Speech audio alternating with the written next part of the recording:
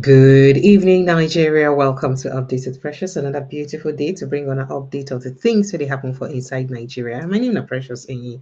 Thank you so much, Prince Francis Chilaka, our Friday, Sunday tonic, for joining me today. Again, I appreciate you big time, sir. Thank you, You're sir. welcome. Thank you, sir. All right.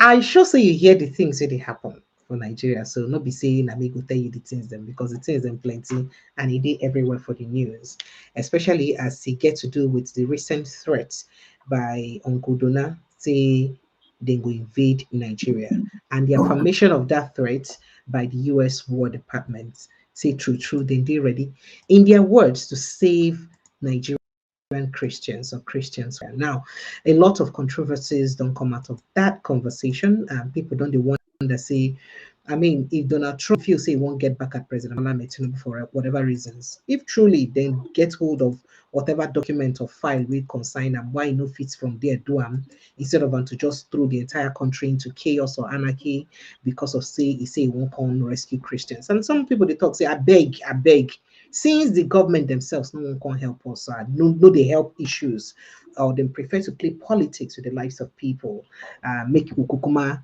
let US do something about it. Why others they thought say US never really help anywhere with the thing done out so fantastical. So make we watch them well. Well, all of this and more na episode we dey put mouth inside, including some controversies where the thing don't spark, especially reactions where people don't give concerning the matter. E.g., for example, Gumi don't blast US government.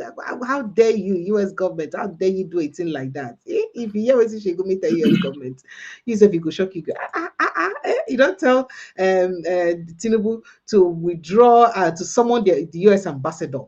And make it severe diplomatic ties with US. Are you serious? Okay. Well, all of this conversation and more now we're going to look into for inside the show tonight. Welcome to the show. Yeah, make a begin giving a headlines of matter with the shell. Christian genocide. We're preparing for action in Nigeria. US War Secretary Naindon talk that one. Nigerian Christians will be rescued soon, says EU Parliament member Tagskiansky. If I not call him, I want to forgive me. I beg me cannot bite tongue. Tinubu ahead of orchestrated game unfolding in Trump's America over alleged Christian genocide. Now, presidency, now they talk that one. We'll look into all of that. Christian genocide. Tinubu to meet U.S. President Donald Trump. That one said the IPOB backs designation of Nigeria as country of particular concern, demands probe of Southeast killings. Somebody come prove the killings when they happen for Southeast. And then I get straight to Shegumi we say Trump's threats, summon US ambassador, severe diplomatic ties. Gumi, they tell Tinubu to do so. We are slaughtered like cows. Tinubu paid deaf ears. Catholic priest begs Trump to come quickly. That you're coming, come quick, come down, come 40 year fast. Kwank also sends message to Trump after US invasion threats. And then alleged genocide. Tinubu should listen to Trump before it's too late. US lawmaker wants. Trump's threat. US has power to intervene. Uno replies Bashir Ahmed. I will tell you what in Bashir Ahmed talk will lead to that response. Over 50 people massacred in Owo Church, none arrested.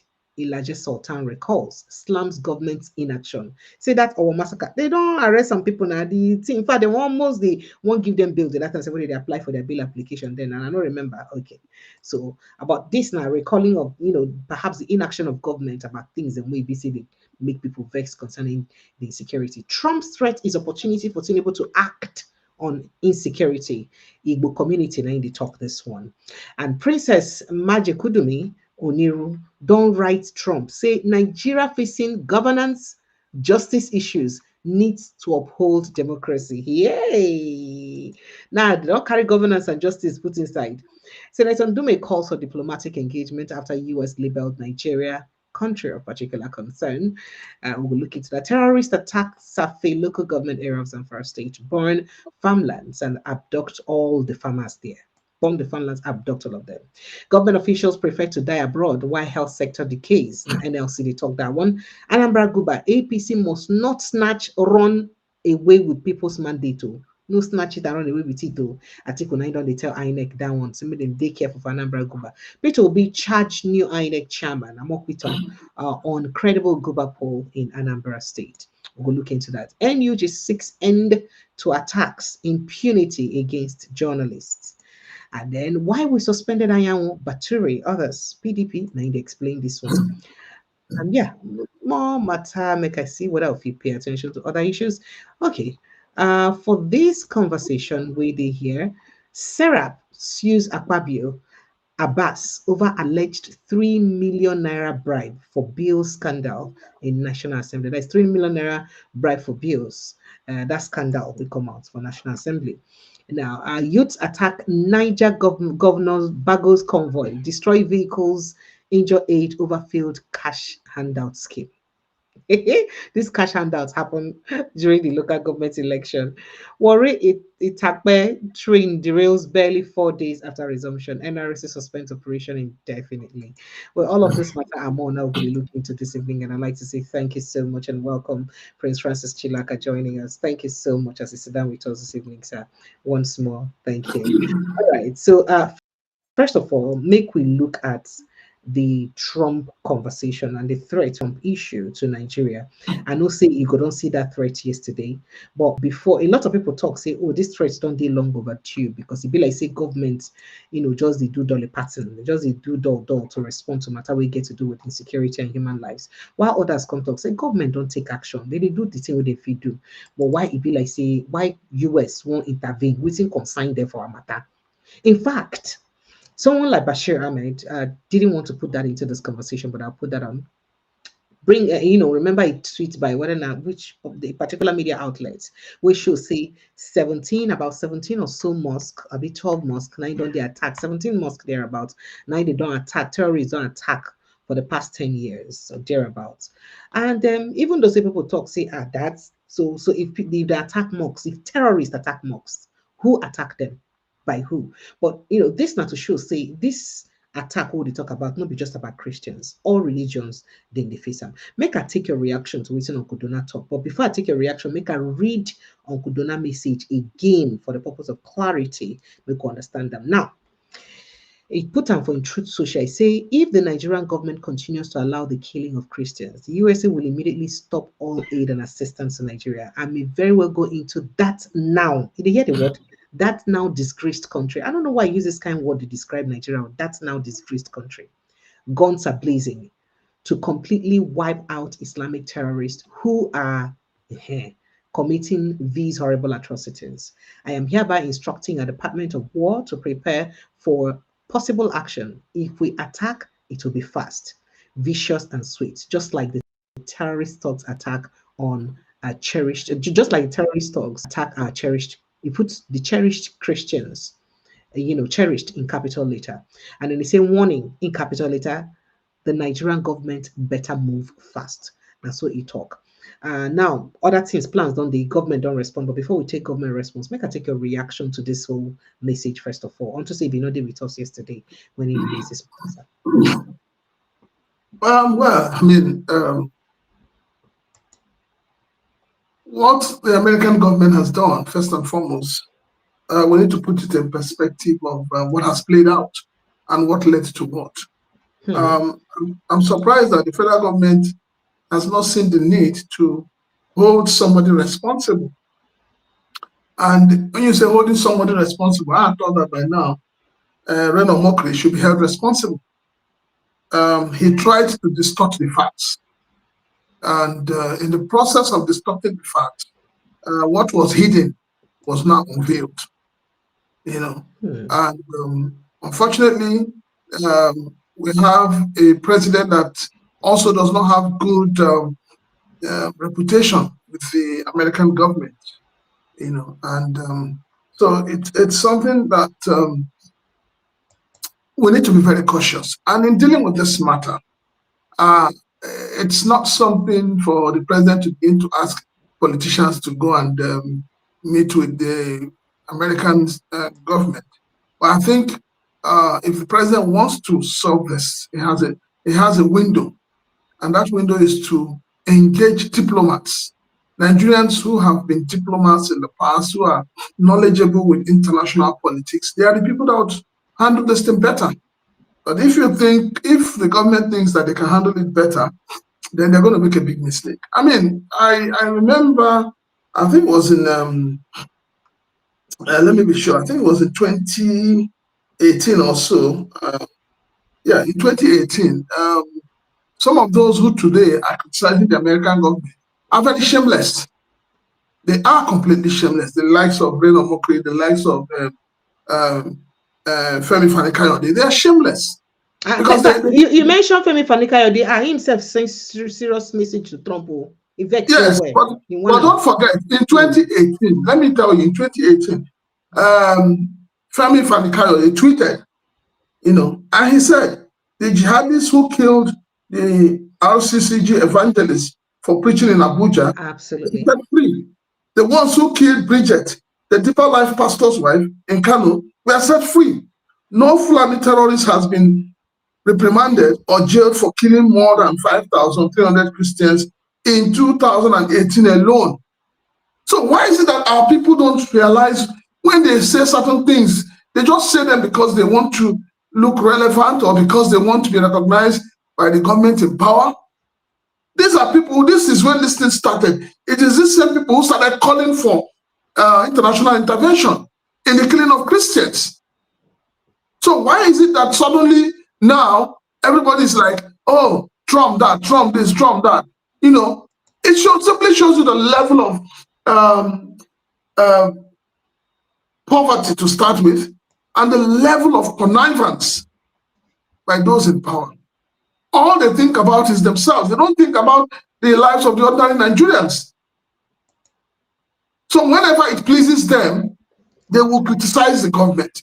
When the government in power is not satisfying their yearnings, they criticize the government. But once they begin to get the kind of funds they want, the kind of appreciation they, and all of that, then they begin to sing a different tone. So the truth of the matter is, yes, anybody could say, oh, Muslims are being killed, mosques are being burnt down, but who is doing it? That's the question we should be asking. Have they seen any Christian go to any mosque to burn it down? Even the guy who defended himself, if you recall, there's a guy who went to his farm, and in the process of self-defense, he killed a fly. And what happened? He was given he was sentenced. A death sentence by your Supreme Court. You saw what happened when they said 14 hunters or so were attacked in Edo State. You saw what happened. Yes, the governor had to go to. It was like the country was going to. It was like the country was going to tear apart. At that point in time, you had the Sultan of Sokoto speaking, you had the governor of Kano speaking, you had the Northern Elders Forum speaking, you had the White Youth speaking. The entire Muslim world was speaking. But yeah, this Fulani Marundas, this bandits, these terrorists, they've been killing people in Benue, in Plateau, down to the south, Kwara, Ondo. Who have they arrested?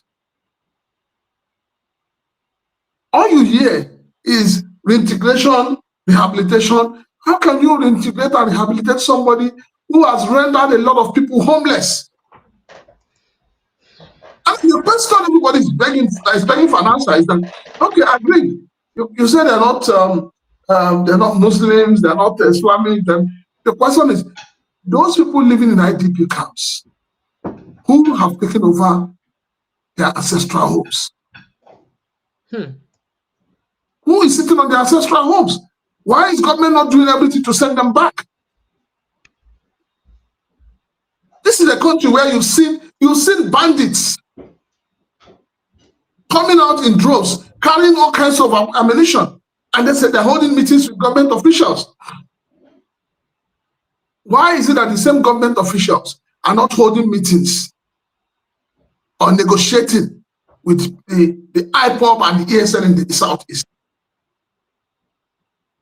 So when we look at this thing, you find out that it goes beyond religion, to be honest with you. It goes beyond religion. It appears that this government is so scared about the North, about what will happen. But the government on their own hand will say they don't. Okay, sir. No, let me go a step further. If you recall, even Buhari, the late Buhari, and everybody termed as an extremist, he was very careful was extremely careful. He never got himself How involved. was it? How was he? Because people talk saying, then on all these things start well. Hold on. Precious, hold on. He never got himself involved in what was happening in Gaza, taking position. No, but this government has been taking positions. And these positions that this government is taking is part of their own undoing. When everybody was shouting Muslim ticket, I remember a lot of us said this was wrong. This does not represent the Nigeria that we all grew up to know. This does not represent it, but what were we called? We were called all manner of names. We were called whalers. There was nothing we were not called. But bringing it back home, nobody would want to pray for Nigeria to be attacked by anybody. But I think it's a clarion call to government to wake up and do the right thing. You cannot keep holding negotiations with terrorists. Meanwhile, your people are being killed. Your own citizens that you swore with the 1999 Constitution to defend and protect. And like I keep saying, a lot of these things didn't come to the open until Ren Omokri tried to hide it. And that is the thing with the truth. You can never hide the truth. No matter how much you try, it will come out one day. So in the process of Ren Omokri saying he was trying to market the government, he ended up grossly demarketing the government. He ended up exposing the things that have been hidden from the Nigerian people. It's so sad, so shameful, but this is the reality we are facing. The reality we are faced today is that, the Nigerians who cannot speak, the Nigerians who cannot protest, the Nigerians who cannot challenge their leaders, now have somebody challenging the leaders, and everybody is shaking. All right, sir. So make we move to some other stuff so inside this conversation, because you just mentioned Muslim tickets. Now, waiting, I can't remember. So now, say a lot of things they will BC the US don't talk, especially one of the things they pay in the United States. Now, the fact say Nigeria feel the practice what they call Sharia law for inside Nigeria, and that one of the things we BC US don't mention talk say how is it possible say we would practice Sharia law, as it take be. So people like some northerners don't come now, as in talk say they will come stop us, they will stop Sharia law has to stop and all that. Northerners don't come talk say they go defend themselves, so say they no go ever say Sharia law now within day for Nigerian constitution and now about their culture, their person, their religion, who they be, and we can't stop it. And in their constitution, why other people they talk say in the first place, if Nigeria is indeed a secular state, why we go even add any law we get to do it religious based for inside the constitution in the first place? Now here is what Bashir Ahmed, the Buhari former media aide, right? He says, so a US senator is now, oh, by the way, Riley Moore's a congressman talk say make Nigerian government better act fast because Trump mean business, and Ingo live up to that expectation pretty soon. And of course, they also mentioned this Sharia law issue we make the Bashir Ahmed respond. Now, I say how a US senator is now proudly declaring they will target those who helped implement Sharia law in Nigeria, as if practicing or supporting Sharia is a crime. You are free to oppose Sharia in your own country, but you have no jurisdiction to dictate the laws of ours. Dictate the laws of ours. Yeah, we will defend our sovereignty and our rights to determine our own legal and affairs. So people that this is like a strong stand to say US don't get the right to stop us from practicing Sharia law. While on the other hand, people they talk say whether you like them or not, the Christian and Sharia law don't somehow affect Christians. I mean, the killing of Deborah, she was a Christian. A comment she made cost her death. Now under Sharia law or whatever, we say it did okay to be stoned to death. Precious. The worst and thing remember what the man too will get a problem recently. A problem when you say Sharia courts sealing shop because of a Precious. The worst thing that can happen to an individual is to be consumed by religion. to become so gullible to religion that you lose your sense of reasoning. Religion, let us be honest with ourselves, whether it is Islamic religion, whether it is Christian religion, it has done more harm than good to a lot of people. We see a lot of things, we hear a lot of things that are being perpetuated by those who are supposed to be the arrowheads of religion. And because you have this, let me even talk about my own faith, the Christian faith. You have this saying in the Bible that says, touch not my anointed and do my prophet no harm. That is, for me, that is Kabul crap. Because a lot of people who call themselves men of God have hidden under that to commit atrocities. When we started this whole thing about Sharia, if you recall, it was started in Katsina State then. I want to remember the governor that was in power when it started. You know, it started from Katsina, then to Zamfara, then to Sokoto. When this whole thing started, that was during Obasanjo's regime. And if I recall, Obasanjo said it was political. It will fizzle out. But it has not fizzled out. Rather, it is gaining grounds. How can you have a constitution that talks about a secular state? If you Google, you will know how many times this, Islam was mentioned in that constitution. Yes. So how many times was Bible mentioned in that, or Christianity mentioned in that constitution? So it shows you that right from day one, that's why I keep saying that that document is an obnoxious document that should be shredded. Because right from day one, people who came up with that document had an agenda. They had an agenda. So we must not shy away from it. I'm a Christian. My practicing of Christianity should not affect my neighbor who practices traditional religion or who is a Muslim. Because would they even act like, say, oh, no, remember, say traditional worshippers also follow for Christians, for Nigeria, rather. So you find out that you say, okay, you're practicing Sharia, you destroy a lot of alcoholic drinks in the north, yet you are benefiting from the VAT of those drinks. You are benefiting from the tax. Is that not being very, very myopic on the part of those who say they are practicing Sharia? You are practicing Sharia, and your lifestyle has never changed. It's still the same. In fact, this one where you talk now, they well noted, because somebody under this tweet for Bashir Contact say, how has the Sharia law improved the North? Now the question where the person asked him. But that's the truth. Is it that there are less corrupt people in the North? Not be you also follow support Hadi Sirika, we chop our money, carry our money, go scam us to Nigerian air. Is it not the same Allah? How the Sharia law bring him to? Wait, the same man you just mentioned now, who was a former minister of aviation, I had just been given an appointment. They don't give her the Sirika appointment. Yes, as either vice chancellor of one of the universities in the North. So you're talking about a religion, you're holding on to it, yet under that same religion, evil is being perpetuated, and you're keeping quiet. And then suddenly I'm shocked. A lot of people are coming out today to begin to tell us certain things about, what the American government should do, what the American government should not do. When they killed people in Yalawata, did your president go there? He got close. He was closer. Because there was a fence.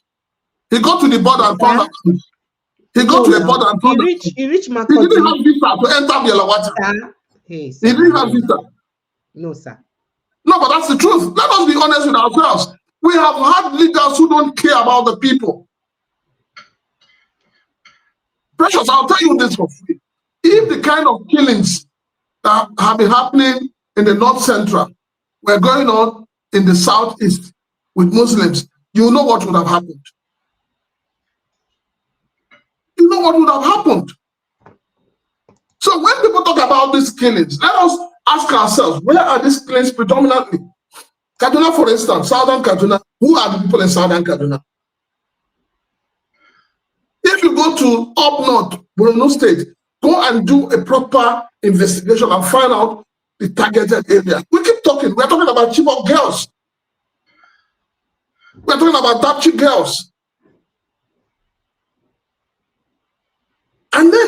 asking this same question, and I will still ask it till tomorrow. How were these children ferried to wherever they were taken to? This same APC government today, in 2013, 2014, came after Jonathan. Don't forget, Mohamed Tinubu was among those who went to report Jonathan to the American government then. And they were principally talking about killings and the killing of Christians. So suddenly, now, they shouldn't talk about it. Nobody should mention it. It has become a crime for anybody in this country to say, this is this. Nobody. See, I tell you this, patriotic Nigerians will not be happy that Nigeria is invaded by anyone. But when you have wicked and non-supportive government, anything can go on. Because the government don't care about the people. I've seen a lot of, people suddenly, people are all over the place, including Reno Mokri, talking about how they love this country. How this is, you love this country, but you're watching the country go down the drain. But Prince Rasus Shilakasa, what more could the president have done? That's a question where people will ask. Waiting more waiting for do, apart from waiting and don't do. At least he's saying reshuffle recently the service chiefs to show. Why was the pressures? Don't follow that trajectory. Sorry, sir. Why were the service chiefs, changed? Why were they shuffled? You heard the rumor about coup or no coup. The government said there was no. But president's mandate them saying no one here say any killing again, sir. Precious, do you know that I think it was yesterday or so? Yes, I think it was yesterday or Friday in Kaduna, southern Kaduna. 7 or 8 people were killed. I get more news I go bring for you today, sir. Should I put some for headline? You understand? So when you say here, let me see. The funny thing is this: when the hunters were killed in Uromi in Edo State. Edo State rather. Edo State. You saw how the governor rushed to Kano to go and prostrate, and suddenly Kano State became like a pilgrimage. But you see, let me also say this with all sense of responsibility. Your so-called traditional rulers in the South, call it South-South, call it Southeast, call it Southwest, they are part of the problem. They are part of the problem. Because some of them collect money from these terrorists and sell their people for free. They're also part of those who are selling Nigerians into slavery. The thing that is happening in Lagos State where houses have been demolished and all of that, you want to tell me that if Revivals was the governor of the state, these things will happen? So for me, whether you're a Christian or you're a Muslim, as long as you have no empathy, as long as you have no feeling for another person, your religion is wasted. All right, so maybe we'll begin to take reactions very quickly. First off, Peter Hegseth, the Split Hegseth, the United States Secretary of War, don't say in department they prepare for possible military action for inside Nigeria following President Donald Trump's directive to respond to what Washington described as the mass killing of Christians in the country. Now, Hegseth made the disclosure yesterday evening while reacting to a post by President Donald Trump on Truth Social, say, of course, we accused Nigerian government of turning a blind eye for the persistent attack on Christians. And Adiana Trump talk. So he say if Nigerian government, responding, he say yes, sir, the killing of innocent Christians in Nigeria and anywhere must end immediately. That's when you use talk. The Department of War is preparing for action. Either the Nigerian government protect Christians or we will kill the Islamic terrorists who are committing these horrible atrocities. Now, the development follows President Trump's directive. Now, a lot of people, they talk, say, this one, a big threat by the US. What does the talk say? And then we don't find that, say, a lot of people, especially from northern Nigeria, they're worried about this. these threats.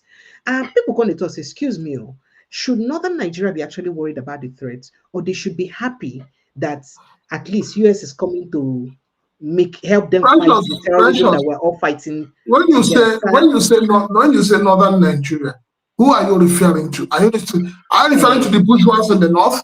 Are you referring to those who have told you, senators, honorable members from the north have told you that they cannot go back to their states?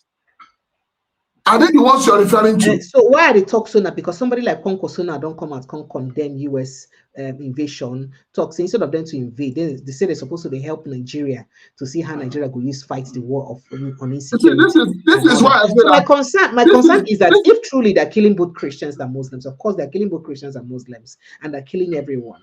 If we're getting help in trying to kill the terrorists, Gongo, why should everybody be panicking? I mean, do we not want the terrorists to die? the point is that the likes of Kwakwanso is a pretender. Hey, Yes, these are people who have held this country down. Don't forget, Kwakwanso was one time minister for defense or so. What did he do? What was his track record?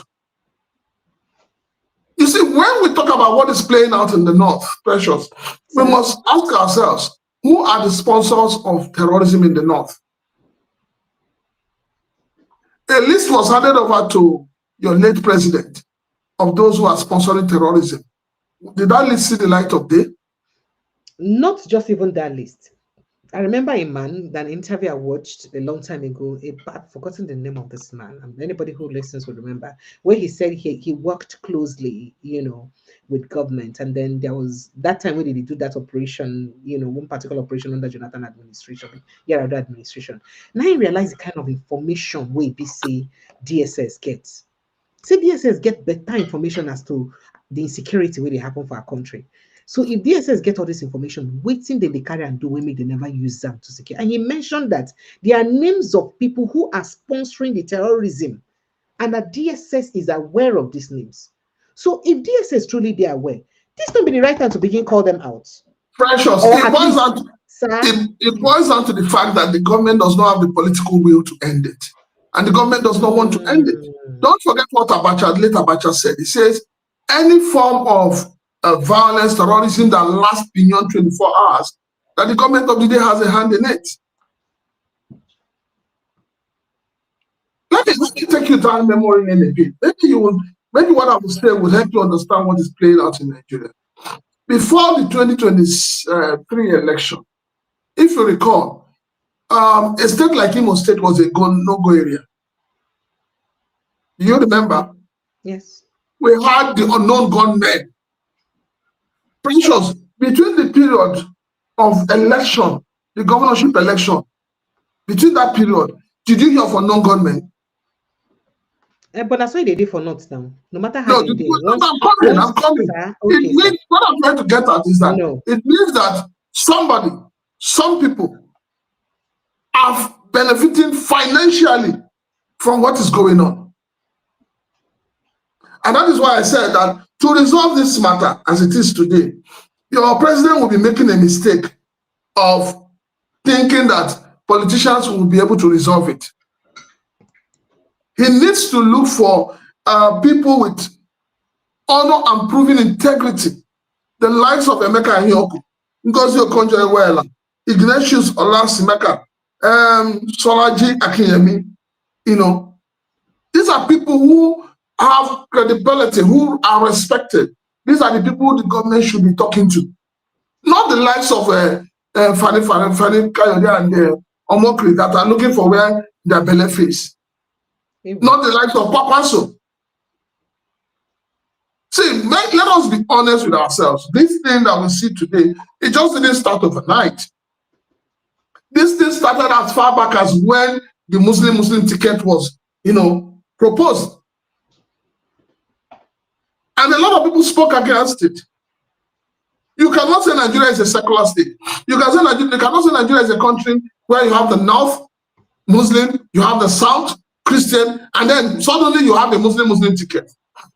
And then it also mean anything say that not just immediately after Buhari administration will be also a Muslim. Exactly. So So you now have a country that looks more like a Muslim state.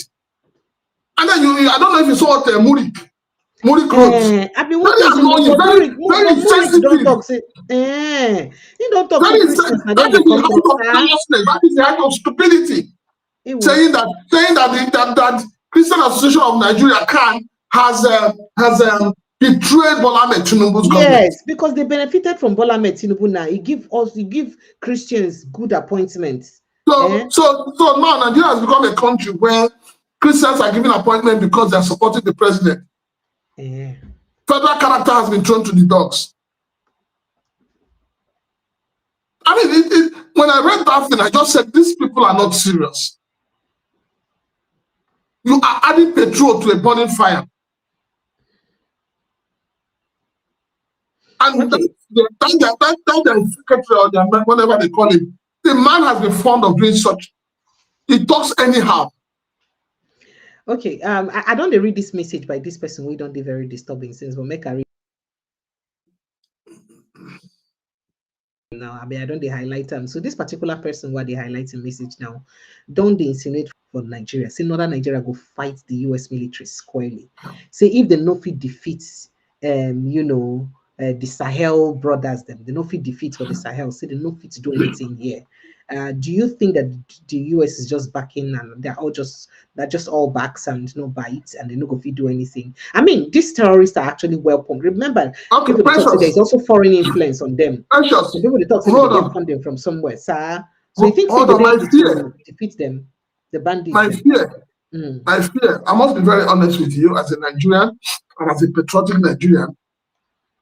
My fear is that let us not have a Nigeria that turns into Libya or Afghanistan, God forbid, or what you call this, Somalia.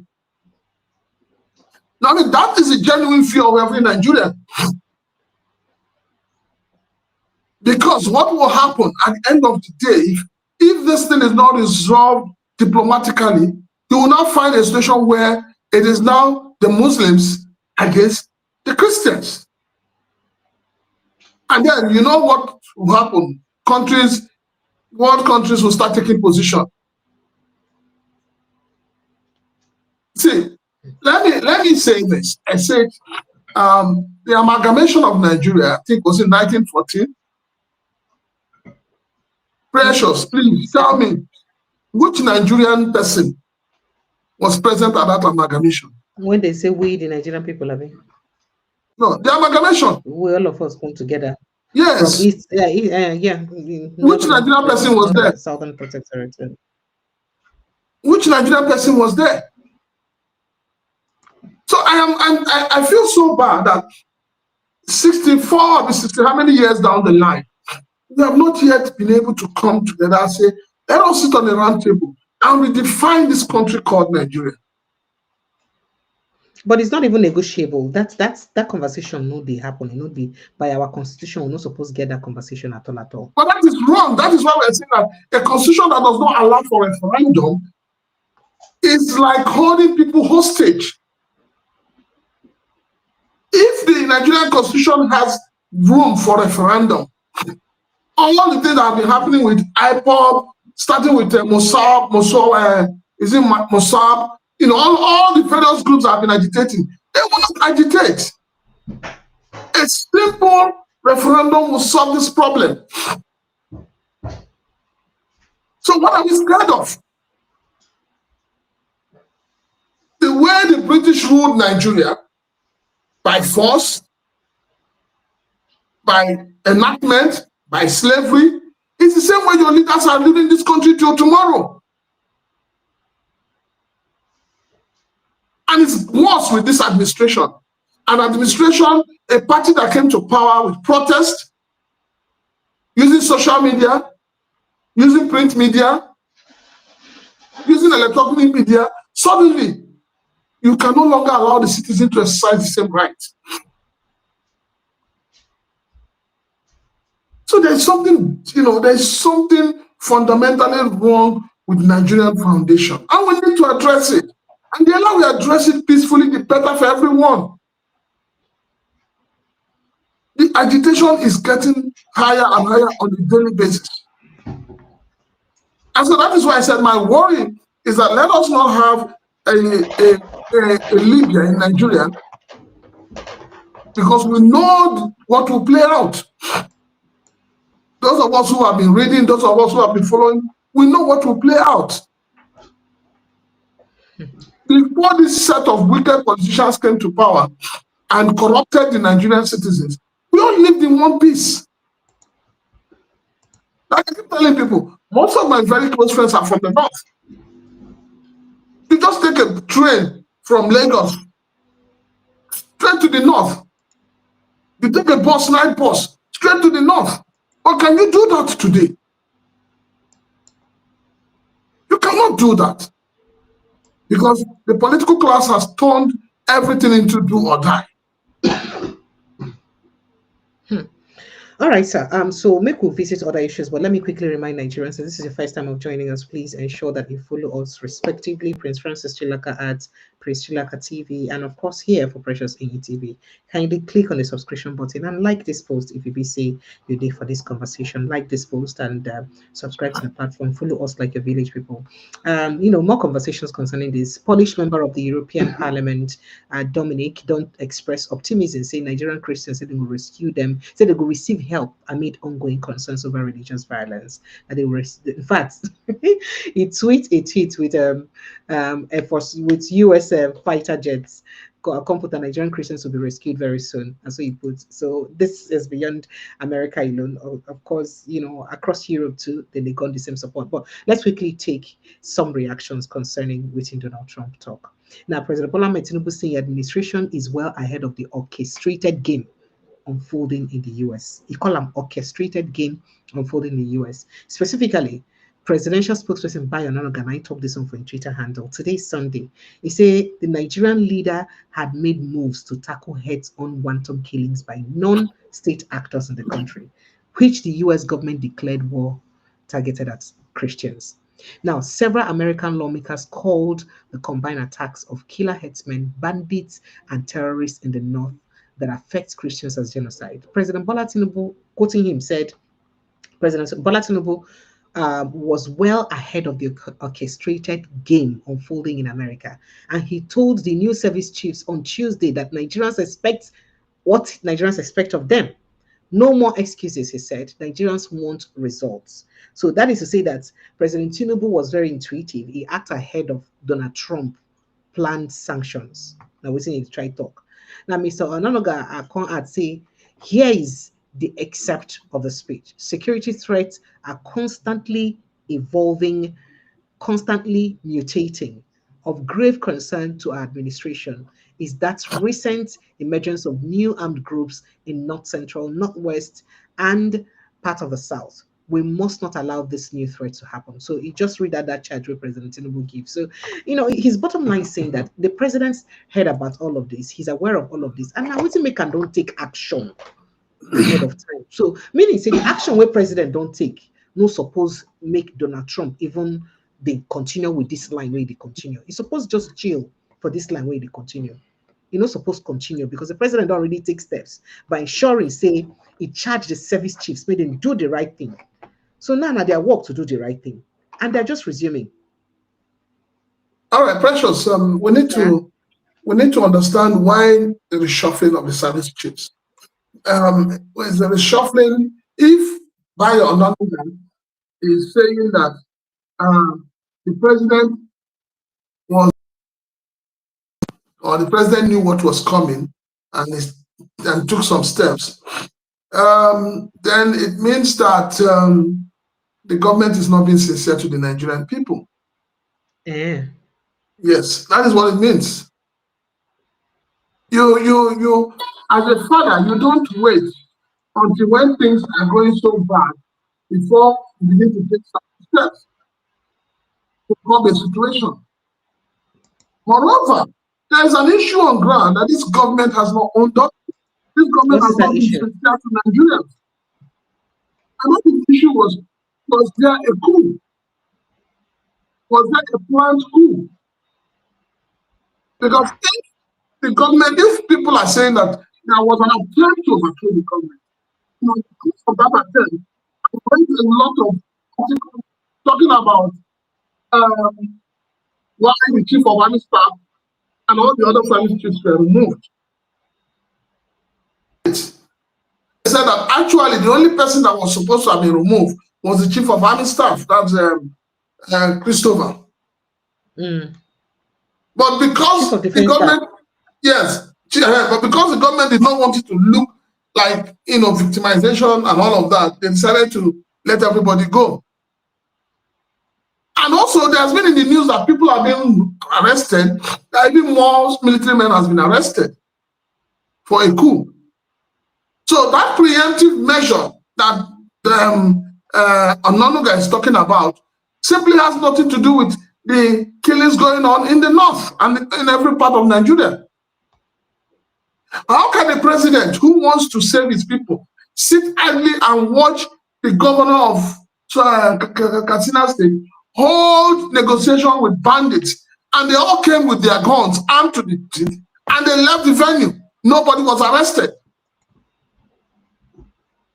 You feel saying that this kind of things, they follow the PCUS off? Yes, and what has become of those negotiations? If you recall, a few weeks or a few days after the negotiation, the people came out and said, oh, these bandits have written a letter to. Is it not the same Nigeria that the National Assembly have been shouting that they are scared that the terrorists want to attack the National Assembly? Or are they saying that all of that was just a hoax? So let us know what is going on. So for anybody to come and tell you, oh, Mr. President is doing this, is doing that, at this hour, that person is just telling lies. Okay, so maybe we take a look at another response from government. So the presidency don't disclose, say President Bola Tinubu will soon meet the United States President Donald Trump in the coming days to settle this matter at once, make the matter settle. Then Ebola, Tinubu Special Advisor on Public Policy Communications, say the meeting will be centered around claims of Christian genocide in Nigeria. Wala's statement follows Trump's recent remarks accusing the Nigerian government of ignoring attacks on Christians. And he posted on Twitter, he said both President Bola Tinubu and Donald Trump have shared interest in the fight against insurgency and all forms of terrorism against humanity. Trump had threatened military action against Nigeria to wipe out terrorists killing Christians in the country. He also warned that the United States might cut off all aid and assistance to Nigeria. According to Boala, both leaders share a strong commitment to tackling insurgency and terrorism. He noted that Trump had previously supported Nigeria by approving arms sales, which Tinubu's administration has adequately utilized. So he's saying in the coming days, they will make sure they see. Now, going by in conversation, say now the allegation on killing of Christians, not vex so. How waiting you think say be the statistics, possible statistics where our government could put out to the United States to show them say Christians are not being killed? Okay, this is what because it would be important we could look at waiting the defense could be like. Interestingly, the government has been taking a position that makes them look very childish. Yeah. And that position is to say, oh, mosques are being burnt, Muslims are equally being killed. But I will tell you this for free: mosques and Muslims that are being killed is collateral damage. How do you mean by collateral? What do you mean by collateral damage, sir? That is what it is. Because so they're just doing it to show that we be like say balance. Precious, who is burning the mosque in the north? And are the terrorists then now? Who are these terrorists? The unknown gunmen, sorry, the bandits and the armed headsmen. Okay, now if you bring it to the southeast, for instance, and that's assuming when the unknown gunmen were enforcing sit at home. You want to now tell me that if America says they want to come to Nigeria to help capture those unknown gunmen, do you think all this will happen?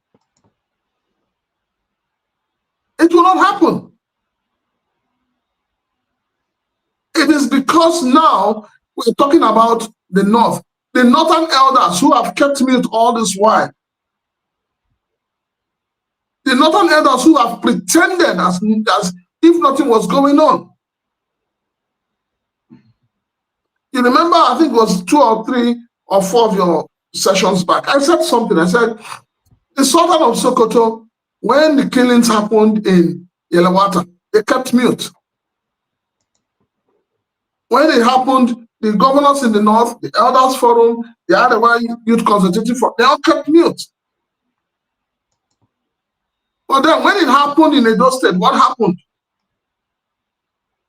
We can't keep pretending that all is well when all is not well. So, like you said, what are they going to present?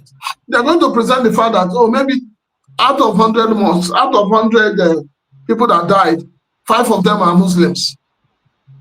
And then the question is, who killed those 5? Were they killed by Christians? Are you insinuating that the mosque that is being burnt in the north, who burns them? Is it not the same terrorist group made up of Muslims? Are you? So why are we pretending that all is well? So I they try to know whether you insinuate, say, if to say people where they conduct this attack now from southern Nigeria, especially like southeast, predominantly Christians, and they conduct this attack against northerners, will be predominantly Muslims. Say the for not be the same thing. Precious, you there for Nigeria now? I just the answer. You there for Nigeria? You know how it could play out. You want to tell me that when Deborah was killed, if that was a northerner killed in the southeast, do you think the matter would have been resolved like the way it was resolved? Do you think so? But so you against their religion. You have people who believe that their religion gives them license for violence. Nobody has monopoly over violence. And that is what I want everybody to know. Nobody has monopoly. No religion encourages violence. So if those who are practicing a particular religion decide to use that religion as a cover-up for violence, those who are educated and informed within that society should call them to order. You see the way they drag pastors on social media. The way that people come on social media, they use the insignia of Christ and all of that to make mockery. Can you do that with Islam? Are you forgetting, Precious, so soon, that this was a country where a Muslim cleric declared a kill order on the wife of the president? Was that person arrested? So what are we talking about? All right, sir. So make a quickly rush through other. I mean, we don't take this conversation now. Is there part of people we basically blame P2B for this conversation? Say, na P2B now encourage people made them go report to the US concerning this because they won't take power by force. Why other group too? They blame people like Danebala don't do this one before. Blame Igbo people. Say na Igbo people now they spearhead this report. Say na them start reporting of this matter. We make people go report to US about this matter. Do you see this also causing another ethnic crisis against the Igbos again in Nigeria, or perhaps another hate towards P2B? I don't even know, because of this reaction where people they give our interpretation where people they give to the conversation or to waiting they happen. When anything happens in this country, so I find it very, very interesting. I find it very, very intriguing as well. That the Igbo race has turned into a group that should be sacrificed. And it shouldn't be like that.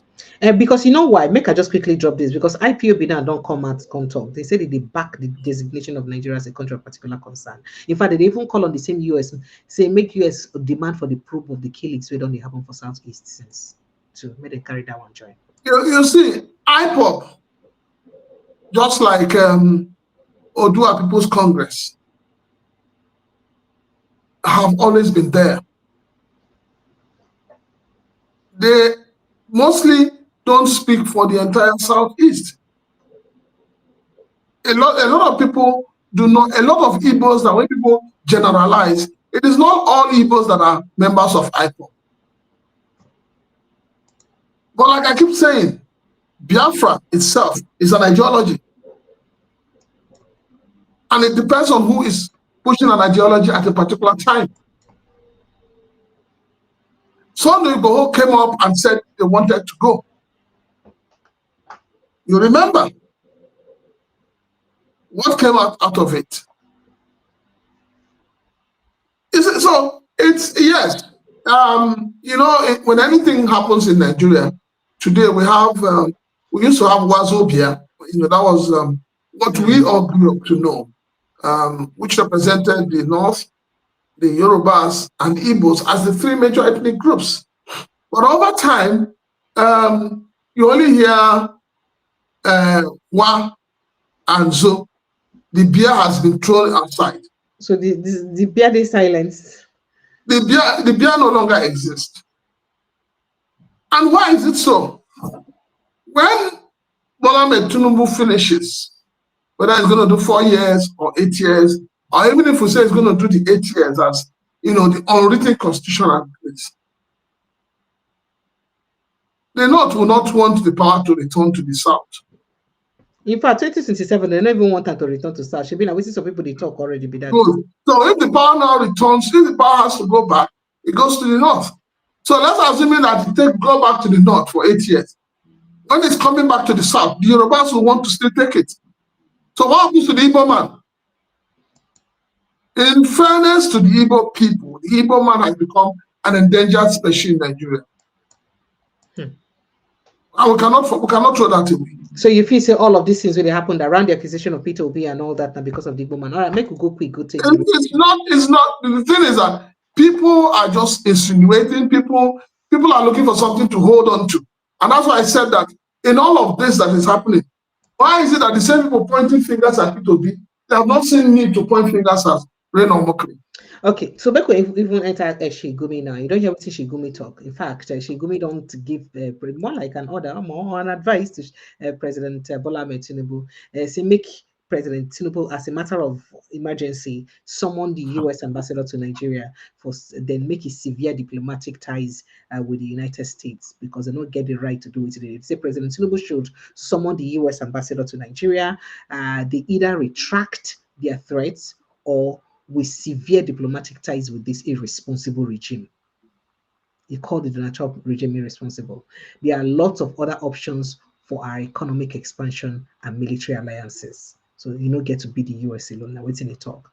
And and while he said that, a particular Catholic priest, the Catholic priest, Father Angelo Chidi Unebu, don't back the Donald Trump for waiting to talk. He said, as a matter of fact, since they don't they kill us since, say they don't they kill Christians since if they talk, they need to let their voice come out. He say that Tinubu paid deaf ears to what they've been saying, that they've been slaughtered like cows, and he's also calling on the president of Donald Trump to work for him. In fact, let me take an excerpt of what he said. He said,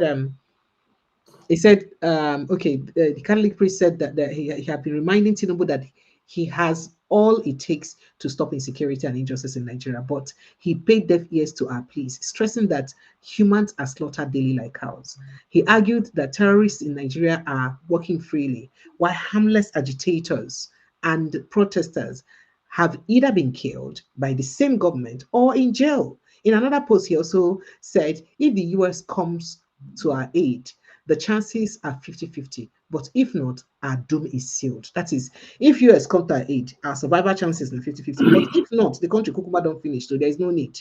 Now we're seeing it talk. I say, and if the US doesn't come, who will help us? What are the plans to stop the killings? So he said, Donald Trump, please come quickly. And this not just contrary to waiting Ogashi Gumi talk. Then Kwankwaso also talk. In fact, in don't talk, say the United States, he said, I have noted with increasing concern the heightened pronouncements to Nigeria by President Donald Trump and all that. He stressed that Nigeria remains a sovereign nation facing security challenges caused by outlaws. Those people are outlaws. So we never still think of proscribing the headsmen, or the armed headsmen. And I say the insecurity we face does not distinguish based on religious, ethnic, or political belief. Kwame also urged the United States to support Nigeria with modern technology instead of, talking, telling us, threatening us.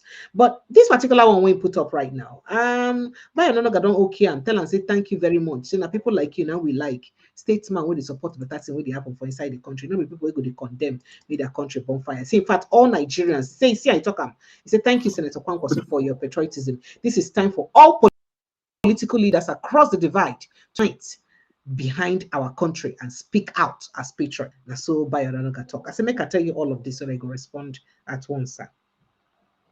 All right, let me start with Sheikh Gumi. Okay. I think it's one man that is part of the problem of this whole insurgents and kidnapping and the banditry in the north.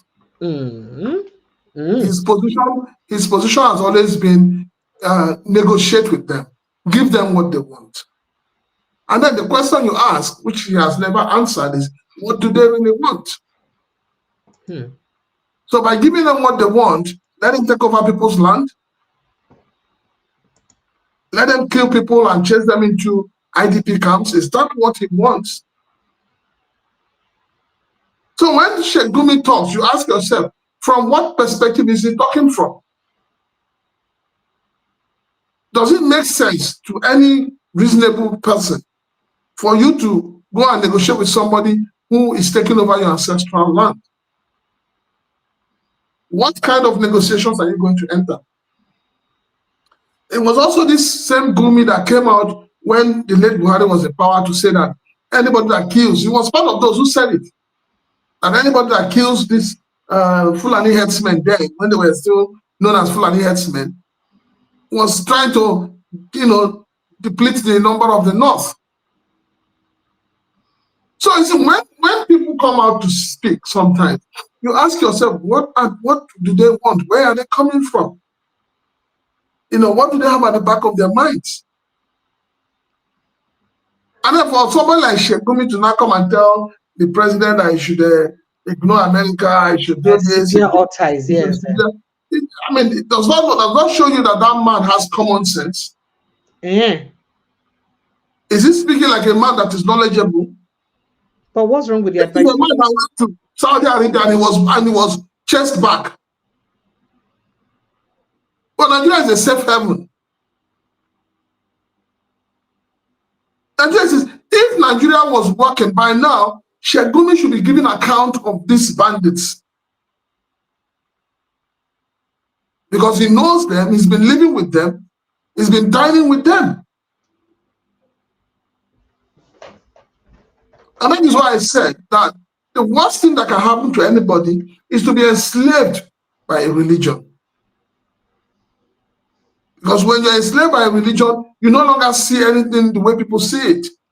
All right, sir. Would you like to speak to the others very quickly so that we can move? They're talking about Kwakwanso, like I said.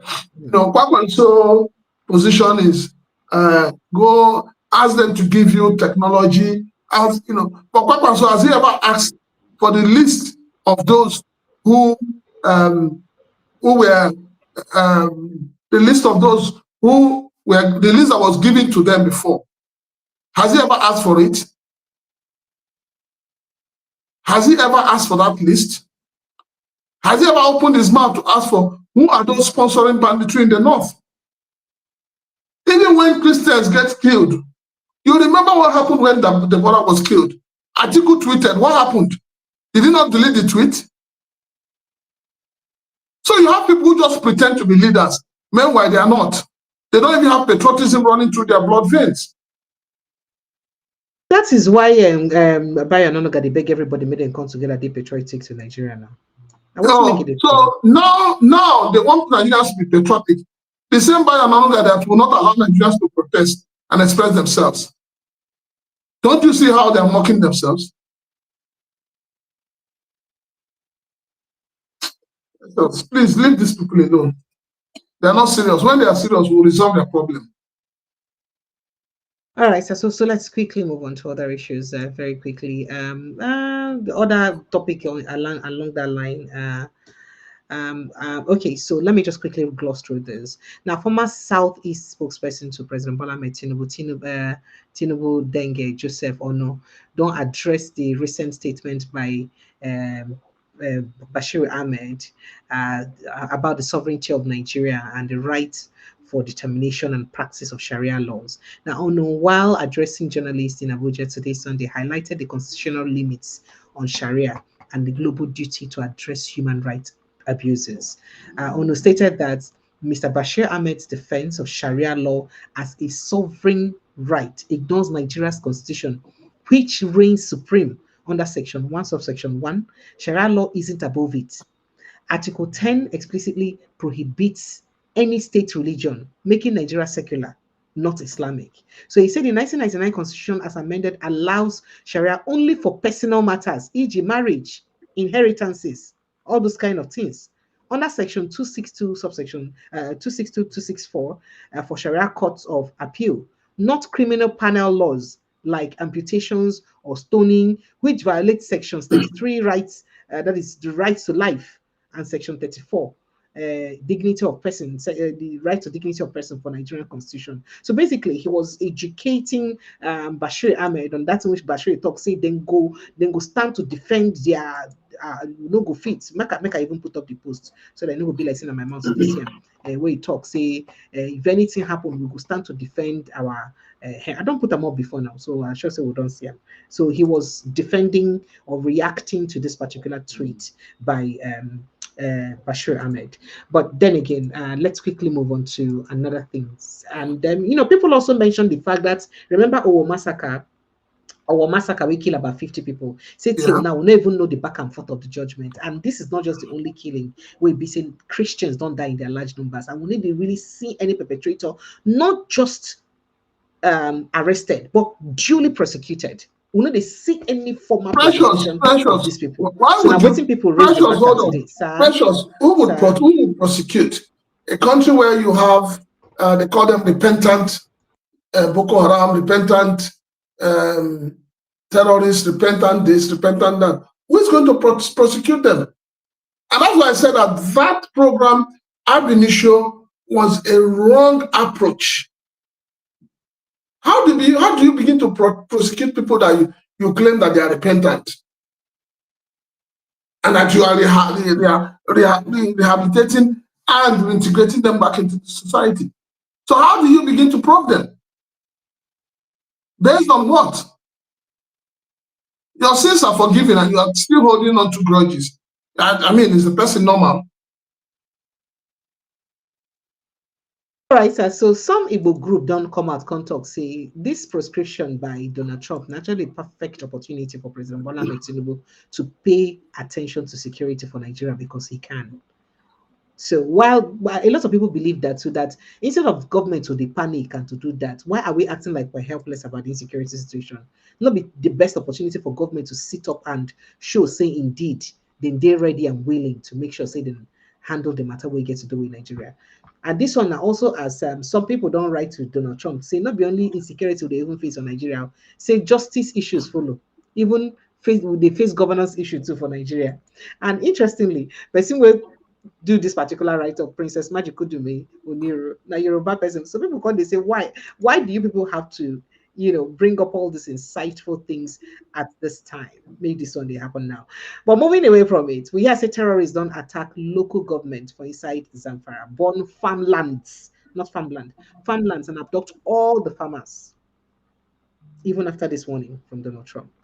And then, um, then your brother, NLC chairman Joajiru, speaking on the strike by doctors, don't talk, say government officials prefer to die abroad for abroad places, abroad hospitals, while our health sector for Nigeria they in decay. But government don't promise say they go yield to their demand. I don't know if you want to jump in on any of this, or we should move straight on. No, well, when we talk about insecurity, and government keeps saying, "Oh, we're finding a solution. We're going to solve it. We're going to do this." As government is talking about solving it, the people that are carrying all these heinous crimes are doing more. So you keep asking, at what point will this end? At what point? So the government needs to have that political will to be able to say, this thing has to end, and it will end. They're talking about doctors and non-doctors. Yes. We have always known now, our hospitals are more like but the NRC that is talking now, people they talk say they just they back now, so they know if you do anything, they could just talk, keep quiet. say NLC now, no fit talk anyhow. The last time when Joe Ajere talk for Imo State, she been a beat them beat up. Sure. He never recover from that beating, so he still in fear. But the truth of the matter is that our medical system is actually, it has collapsed completely. It has collapsed, and it's painful. It is sad the way we are in this country today, that you can't get good medical attention. So for me, even all this when Donald Trump they talk, say, when they sanction all government people, all other countries say, if once you're in government, you cannot go abroad for treatment. And that's the only way these hospitals in Nigeria can work. No, they're not going to his states now. He cannot stop them from coming to Spain. So you will not stop our president from going to France. No, doesn't have that power. His power no reach like that to stop our president. Say France na the backyard of your president's house. Yes, na in backyard. I won't talk like that, sir. I mean they talk. Okay, sir. All right, sir. So let me quickly jump in on other conversations. Where do I begin now? Okay. So talking about Anambra State election, Atiku Abubakar don't make an interesting assertion. They tell INEC chairman, the new INEC chairman, say make sure say this time around APC no grab them, snatch them, and run away with the election. So make sure say he do election where they truly free and fair. Now bottom line, Peter Obi also don't charge the new INEC chairman and more Peter. Make sure say he hold credible election for Anambra State. Say all eyes there on them as they get to do with Anambra State election. I don't know whether I go on react quickly.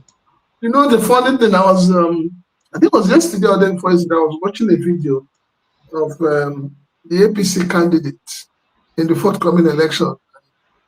He was asked a question about baby factory and all of that. And the man went just like back in his home. No, he did not. Please, you can cut him some slack because obviously he didn't understand. He didn't hear that question properly. Precious. It's Precious. I don't know when he became his media. No, I don't even know him personally. But I mean, from his response, you notice that he did not hear that. Precious, hold on now. If he didn't hear the question, he should have said, sorry, I didn't get your question. But the man already understand the context of the question. He had an answer in his mind, and that was the only thing that he wanted to say out. But the thing is that anything you want in terms of politics, Anambra has it. I doff my hat for them. Good, bad, and ugly, then get them. Anyhow you want it. But yes, everybody's saying the same thing. We expect that the new INEC chairman would live up to what he has promised Nigerians, that the losers will congratulate without going to court. And we want to see that play out in Anambra State. That's the litmus test. Okay, sir. Make a one small gossip for you before I start to take course. Did you know that I been a Friday now been talk about and say for inside Niger State, say them be the share money because of the local government election when we won't happen. So as the local government election can happen and the money sharing no sharing well at all.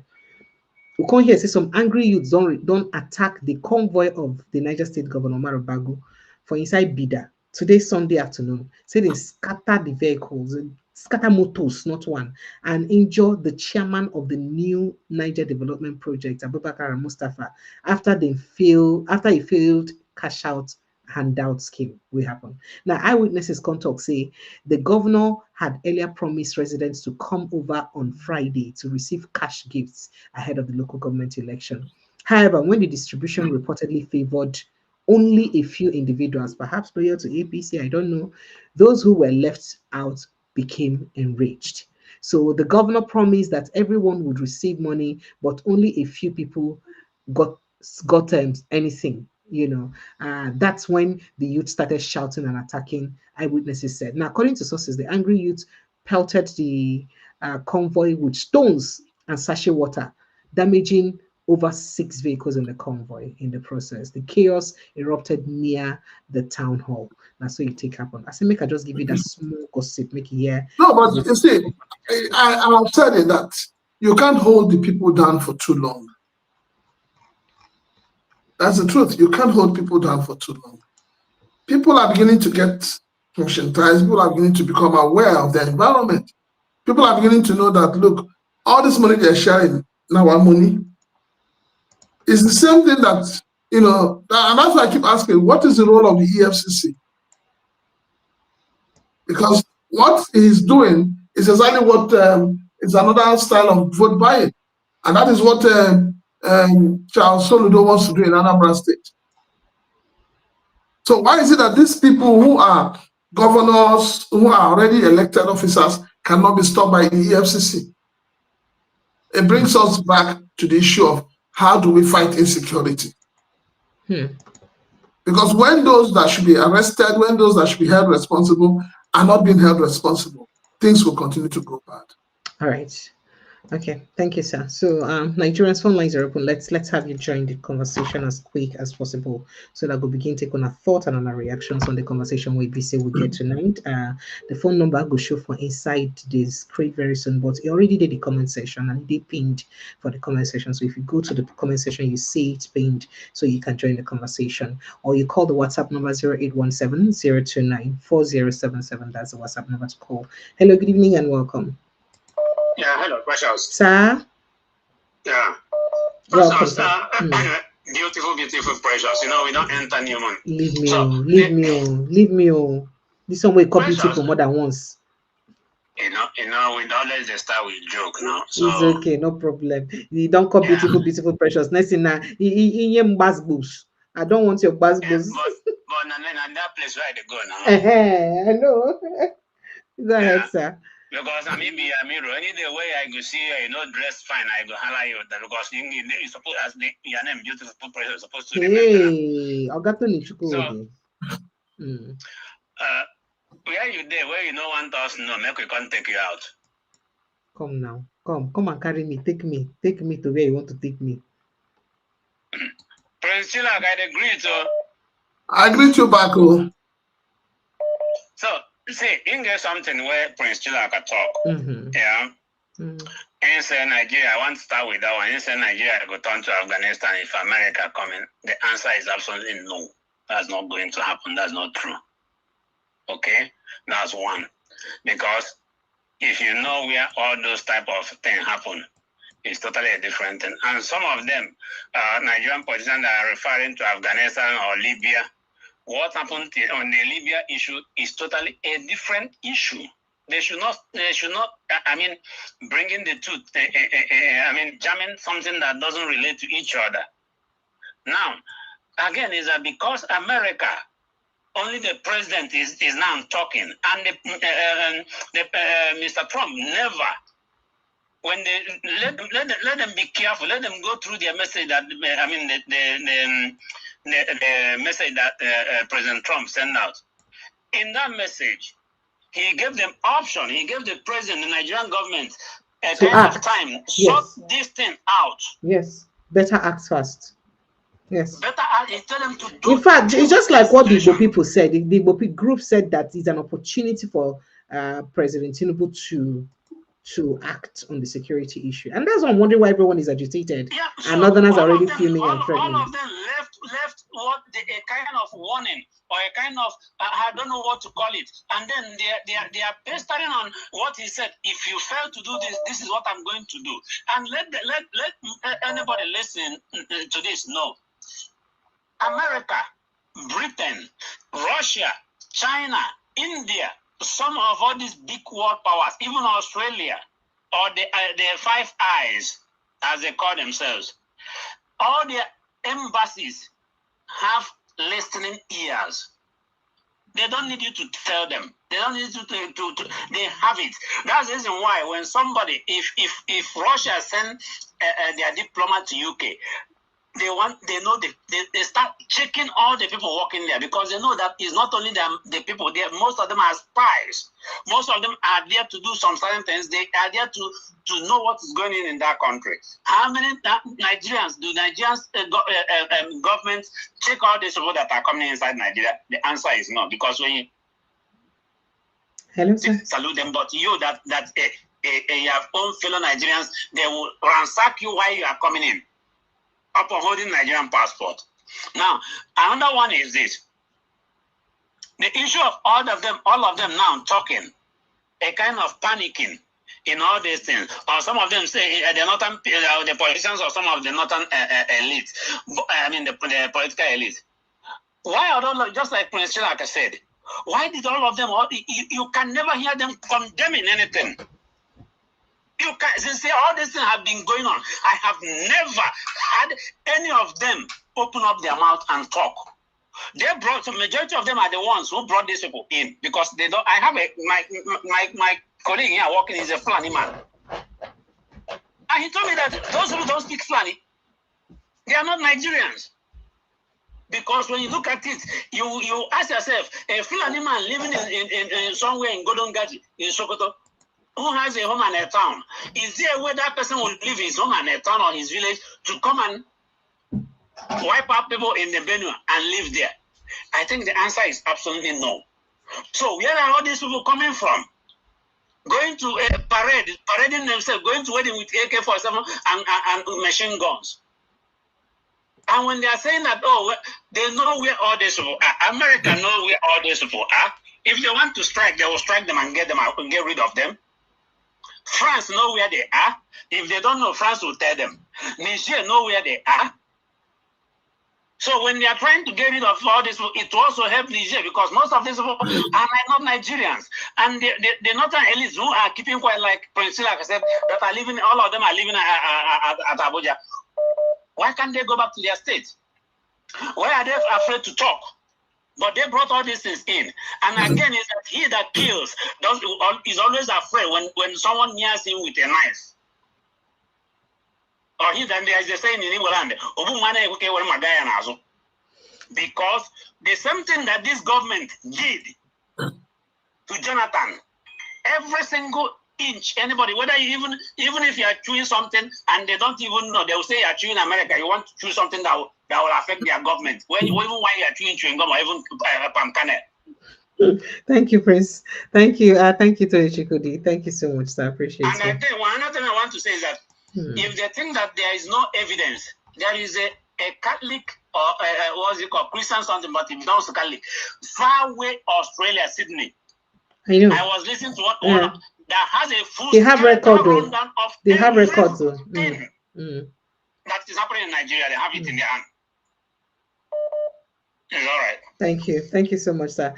So Prince Francis Chilakasa, this one way Tony Chukudi mentioned waiting go happen and nothing go happen. It now remind me a tweet where see where David Hunde make. Now for that tweet, it talks say, see, I'm still waiting to put us. If there is anybody with some some in here left in the Nigerian military, this is the time to take charge, because by the time Trump and the Aso Rock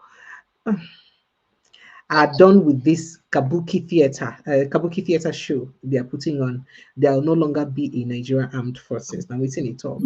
This is indirectly saying that any army, but this one is not calling for military invasion of Nigeria. Because Precious, I took you down. I've been getting person for line. Okay. Hold on. Okay, go ahead. Okay, make I take the person who I get for line, then they go respond later. Thank you. Good evening and welcome, sir. Good evening, sir. This one where you call me like this, so don't forget your name, sir. I will put honorable on your name, you know. What thing I do today, we deserve this kind of healing. You don't heal me easily. Remind me your name from Freetown. What's be that your name again, my brother? C2. This one where you hear me like this, would always quarrel. What's happen? I know. I will never quarrel for some time. Is today my lucky day? A lot of people they watch you because they tell them they subscribe. Thank you. Make them subscribe now. Follow us like on a village people. Make we reach 100,000 before next year end. Thank you, sir. Prince Chiraka, my senior brother, I salute you. I salute you back. Sir. I want to tell you something now. You know, this genocide is not start today. And I will mention something here that I know some people, you know, Nigeria is full of deniers and deceit. But you go do quick, you know, so the others they call. When you go to the north, the imam, you can see since Buhari came into power, you can see what the imams are writing on social media. All these things, we document them. Now, I was born and brought up in the north. Do you know that some certain days you will go, the Northerners, these Fulanis, we back into the north. Their imam will go there. They will tell them, Could you name? And they will go. Sorry? I say no, Babu. Okay, I'm telling you now, and I will call names. They said they will go, they will say, I said I was born and brought up in the north. Do you know when they preach to them? Do you know Matasine? Have you heard about Matasine? Yes, go ahead, please, sir. Have you heard about Kaduna riots? Of course, go ahead. Have you heard about Kano riots? Go ahead, sir. Yes, please. Go and do your investigation. They were slaughtering Igbo people like flies in these places I'm calling to you now. My father escaped from north back to the east. How he put us in the motor and bring us back to the. In fact, he happens to put us in one of his car, pack us like sardine, and one of our tanga have to drove us down to the east. You know what they do? No, sir. Instead, if I'm lying, they will say to them, Kukashe, Mbambansu. Those ones, they have money. Those ones, they have money, they can look after, they have those money. I want to say, Kukashe. You got to interpret now. This one way they talk like this. Not all of us they speak outside now. They tell them, this imam, they tell them, go and kill those ones that have big positions. Those ones that if you kill them, their children will disarray. That is what they are telling them. But you know the irony of all these things? All the killing, Igbo politicians was not documenting him. You see that pastor who bring that evidence went to that place and write the names of those people they have killed. Yes. That is pure evidence. So the Fulanis cannot deny it. But Igbo politicians, all this riot upon riot in the north, Igbos were slaughtered, thousands. No any of Igbo people, their name was written to show the world, look at the killings of the Fulanis. So I'm sorry. I've had this against the. I'm sorry to say, but I've had this particular kind of action against the Igbo people for a while now, especially their involvement in the media industry. You know, when people talk, say, "Oh, President Bola Ahmed Tinubu do this one, in get media house, or in they control the media and all that." I say, what do you expect? That man took out time long ago and started investing into the media, even without the intention of making profit from it. So if the media, if you feel like that, even if you know be true, say the media they protect them in one word or the other, he paid the price. So if people need to put money for inside media because maybe they don't feel say now what's in go fit get profit immediately. So they won't put in money there, forgetting that there are diverse benefits you gain from different businesses. And this kind of thing is one of the benefits you get from the media. So imagine not keeping records of the things you do. This same thing you said was exactly what somebody also said about Nigerian movie industry. The argument that, it was starting and the Southwest started, the present day Nollywood, not be the movie industry generally. Some people say, that Andy Okeke them film, na started. Some people say, no, Yoruba. The Yoruba people have documented theirs. Where is the documentation of that of the Igbo people? So I think there's a serious, some of these things that things we be say the Southeasterners supposed to take seriously. Apologies that I caught you and I needed to mention that quickly. No, Precious is good. I love what you said. That is why I am saying that I just don't know how God is going to do it to give us opportunity to handle these Igbo politicians in Southeast. They are cowards and criminals. And that is why, let me tell you something, President. I beg, not be this platform you go to use corpus in criminal and coward without evidence. Precious. Sir. Let me help what Prince Chiraka says about Imo State. He was trying to say something. He asked one question. When Hope Uzodinma wants to become, when the election come, you will never hear unknown gunmen again.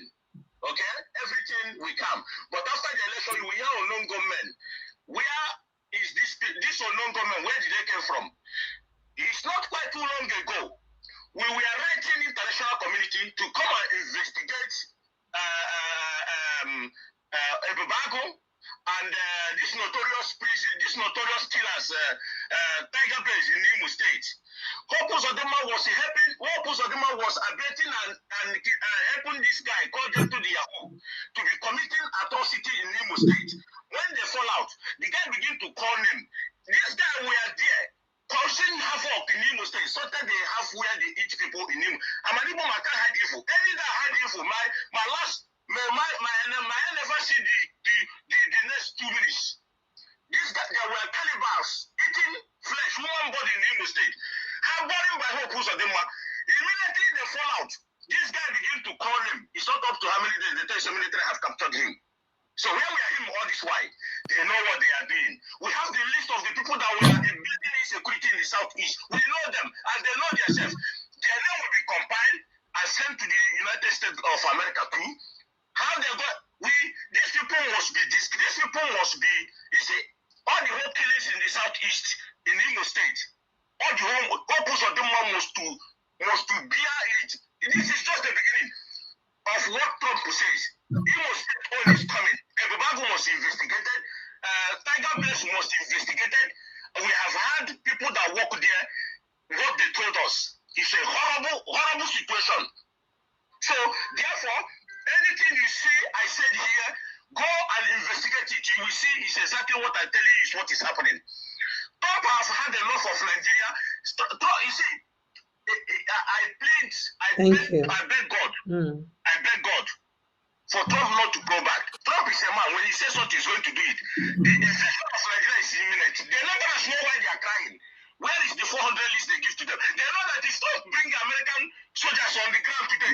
These people that is sponsoring these terrorists, they will capture them. They know. Shekumi went to the terrorists them and tell these terrorists, the video is there, that the people that is killing them are Christian soldiers. Where are you? This media, are you people not seeing Shekumi? When he went and tell the Fulani terrorists that people that were killing them are Christian soldiers. All right, thank you, sir. You tell me not to press stop. We are writing him every day. Nigeria must be defended. Nigeria is a no day where you do the talk this kind of thing. Do you know how many of my people have lost in the hands of the Fulanis? Do you know? We've all lost loved ones. The Nigerian army is inclusive of these terrorists killing innocent people in Nigeria. Are you aware? We have the evidence. If they say it's right, we will show it to them. Well, why is it that every time a helicopter will fly in people's residence, immediately after that, Fulani terrorists will go and kill, massacre people? Why is that happening? When you call them, they will never come. When these atrocities happening, after they finish, you see them come there and start doing abracadabra. Nigeria army is abetting the terrorists. Thank you. It's your personal opinion. It's your personal opinion, Mazi. Thank you. Now your very, very personal opinion be that, my brother. But thank you. So Prince Chilaka, you were saying something so that before I bring Mr. Mob in. No, I was saying that we seem to forget history. And because everybody is taking a position, this will happen, this will not happen, that will happen. But the truth of the matter is that for me as a Nigerian, it will not go well.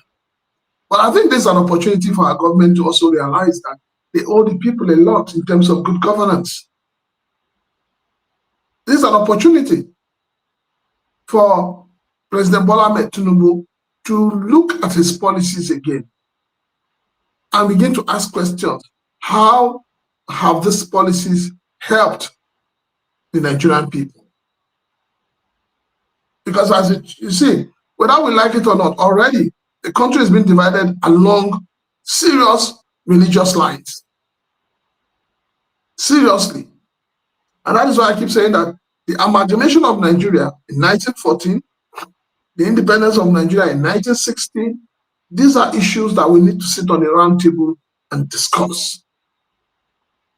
We need to discuss to say, are we ready as a people to live together? Can we come back to the old glorious days of Nigeria, where nobody bothered whether you're from the north or you're from the south, whether you're an Hausa man or you're a Muslim man, whether you're a Christian, whether you're Yoruba? Can we come back to that? It is possible if only our politicians will allow. All right, sir. Let me bring Mr. Mope in. Mr. Mope, good evening and welcome. Yeah, good evening. Can you hear me? Very well, crystal clear. Go ahead, sir. Yeah, greetings, Mr. Chilaka and Precious. Evening. Wow, Mr. Chilaka, your last submission, is very incredible. It's very credible, man. I mean, I love it. You talk about our old days of St. Finbar's, St. Gregory King's College, and Shemes, Government college. Government College, King's College. Who knows about? We be playing football around, at the backyard of Surulere. Go to Balogun Stadium and play soccer. We walk all the way to the stadium during Sunday. And watch the Green Eagles. There's nothing like, I don't know. There's nothing like tribalism or something. I'm not saying it doesn't exist, but people are just one. That's all I knew before I came to this country.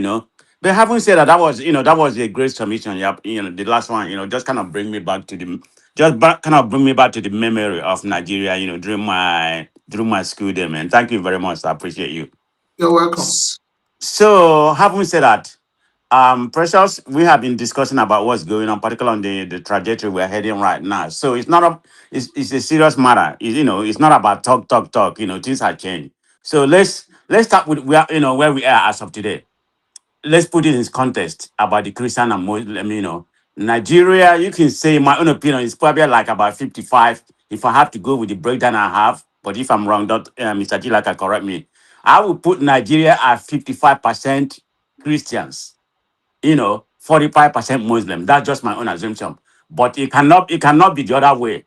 Or you put it 50-50 because Muslim are not more than the Nigeria. Forget about it has been, about two-thirds of this country, after independence, or if not more than that, has been ruled by the Muslim or something like that. So that notwithstanding, um, Nigeria is the fourth largest Christian country in the world. America is number one, followed by Brazil, followed by Mexico. Nigeria is the fourth. So you can see where this thing is coming. And when they when they inaugurated the International Religious Freedom Act, the main purpose of that is to protect religion. It's not just Christians or whatever. It didn't say Christian. It said both, all kind of religion. And when they bring it to the attention of Trump, we see where we are.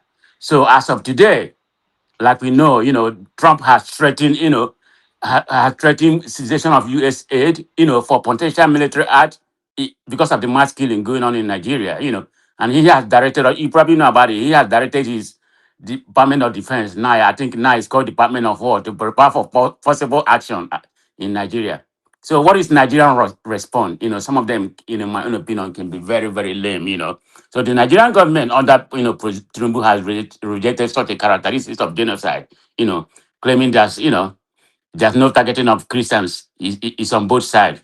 Okay, that's all good, but they should do more because this has passed a time of, action.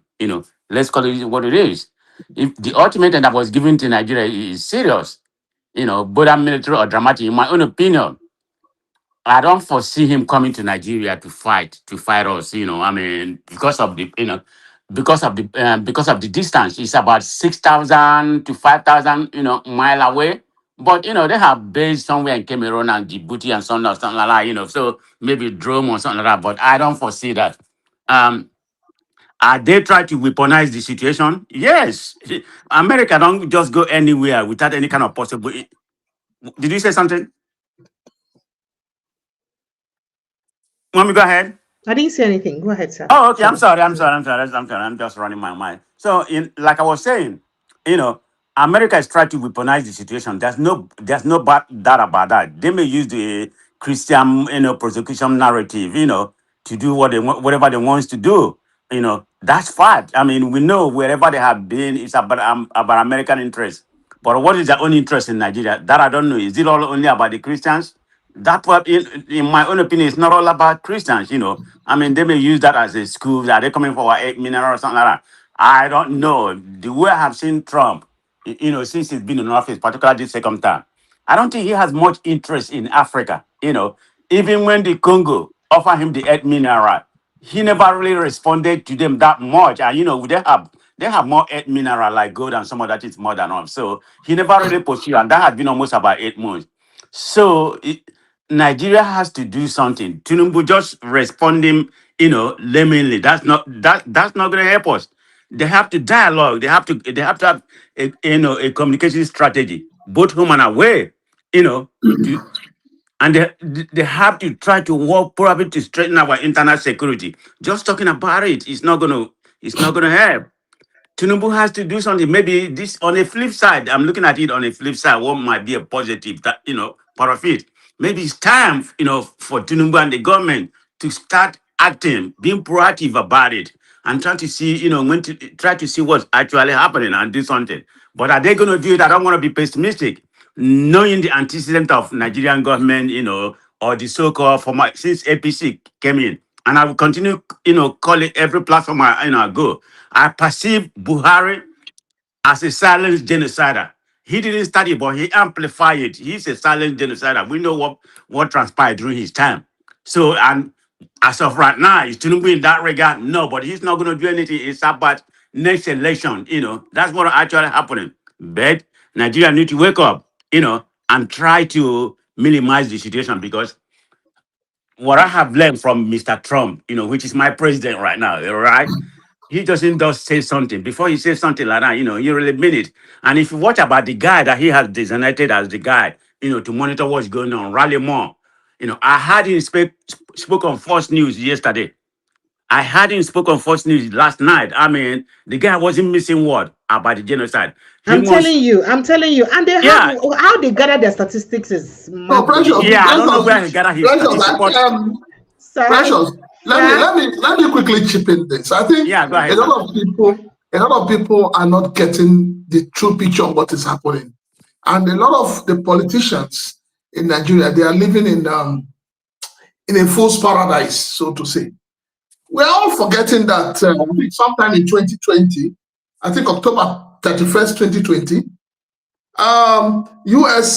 Special Forces operations carried out a rescue operation in the north, where the bandits or the terrorists or whatever you were calling them as at that time held an American man hostage.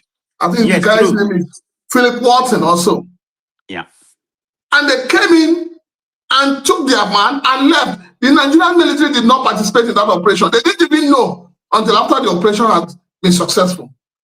So those of us, or those people who are opening their mouth and saying, like FFK and Reno Makri and Kwakwanso and Gumi and Murik, all of them that are saying, we will resist. What will you resist? How will you resist it? If in 2020, they came into your country and took a hostage and left, then you see, we need to understand that the kind of information, the kind of technology available to the American government is not available to the Nigerian government. I doubt it isn't available, especially in terms of information. When they wanted to take out Mama Gaddafi, Shebi was in the bedroom when they took him out. So we need to, I think that government should, you see, for me, I think that President Bola Tinubu had lost an opportunity to negotiate this thing. He lost that opportunity. He should have done better. And like I keep saying, for me, I still put the blame on the doorstep of Reno Mokri. Because Reno Mokri is the one that opened our eyes. Just Reno Mokri, Mr. Tilaka. Why are you putting just for Reno Mokri? He's a content creator. Go ahead, sir. No. If you see, when you say content creator, yes. But if what happened between Reno and his Mr. Mayor did not happen, we wouldn't be where we are today. The truth cannot be hidden for too long. But to a certain extent, you have a point. But Remember, they've been talking about this particular rally more Ted Cruz and everything before Reno Moore come here with insidious mind about fact finding. That kind of amplify, bring you to a national the national platform, both Nigeria and abroad. I mean, it's already been happening already. I don't know if it was Well, going. I knew it was heading this way. Yeah, but you know that the highest person in government that your president has ever met is Masad Bulus. If you remember. Yeah. The The only envoy for person, the Africa and the an Arab. Arab. And that is the only man that could have resolved this crisis. But your president was, the thing is, I think when people get into some level of authority and power, they lose it. They lose it. But there's still a way out. And the way out is for the government to show goodwill, for the government to take decisive actions. If I am in the shoes of President Bola Ahmed Tinubu now, what I will do first and foremost is to, one, ensure that all those living in IDP camps are returned to their ancestral homes. Return to be killed again, or return to indeed. Okay, you didn't get what I said. It's okay. Return and protected. For how long, though? Precious, hold on now. Okay, 2, sir. Ensure that farmers can go back to their farms. We need to. These are steps you need to take. 3, ensure that there's good governance. When people like government officials are talking, when they steal the money in this country, where do they take it to? Have you not heard the one that is going on between Wike and Showore? Over property, over money. Where do they take it to? Our politicians, are they not ashamed? In one breath, you are abusing America. You're chastising them. You're making mockery of their president. In another breath, you're stealing money from Nigeria and sending there. What level of hypocrisy? So let me wrap up, question. Just 1 minute. Just 1 minute. Okay. Just 1 minute, Tora. So in reference to that Mashabuli, which is the envoy for Arab and America, he came here and gave his opinion, which kind of sided with Nigerian government.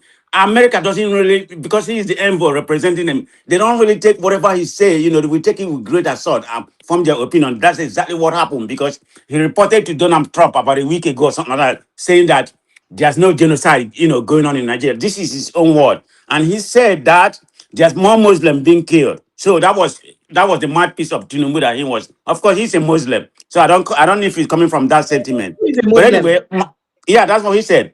But anyway, my final submission. Let me just give them my own judgment and recommendation to the Nigerian government, okay? They should take the USA ultimatum, seriously, but not panic, and treat military action, as dramatic and potential charge. They should do that. And Nigerian government should use this moment as opportunity, to accelerate the security, reform. They have to do that. At the same time, Nigeria should manage their international image. They should try to build an alliance, maybe with some international organization, in order to, any kind of damage control, to control the situation. It's very imperative, or else things is going to escalate to to a different level. Thank you, Pressure, for giving me this opportunity. Thank you so much. I appreciate you, Mr. Mob. Thank you. Good evening and welcome. Sincere apologies, I've kept you waiting for a while. Good evening, sir. Good evening. Yes. This is Pressure. I always listen to your program. Thank you. Thank you so much. What's your name, sir? My name is Ola, calling from London. You're welcome, Mr. Ola. Go ahead, shoot. Let's hear you. Okay, yeah. One thing people don't understand about what's going on in Nigeria is not about Muslim or Christian.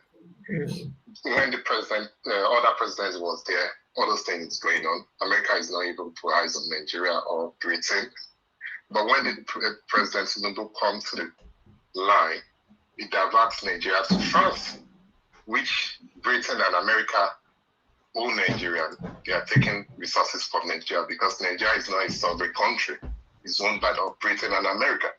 So at the end of the day, these people don't like, okay, just like you're eating food and someone take a food to another king, come and chop. So you that chopping the food will be hungry like that. I understand you, but are you trying to dispute the fact that more Christians have died in Nigeria? Is that your point? If that's your point, I would welcome your statistics, please, because it's important. It's important we, have a clear conversation. Yes. The points while I understand your own point too, say waiting the pepper US for Bodina because of say Tinubu diverting the benefits to France. I understand that point. But you they try talk say there is no truth that more Christians are being killed in Nigeria. It's true. Oh, people are dying, Christians are dying, everybody is dying, but are you saying that more Christians are not dying than other religion? Let's be factual. Let's not. No, Meku no pincham. Meku call spade. Are you saying by statistics, with the way things are going, more Christians are not dying? Yes.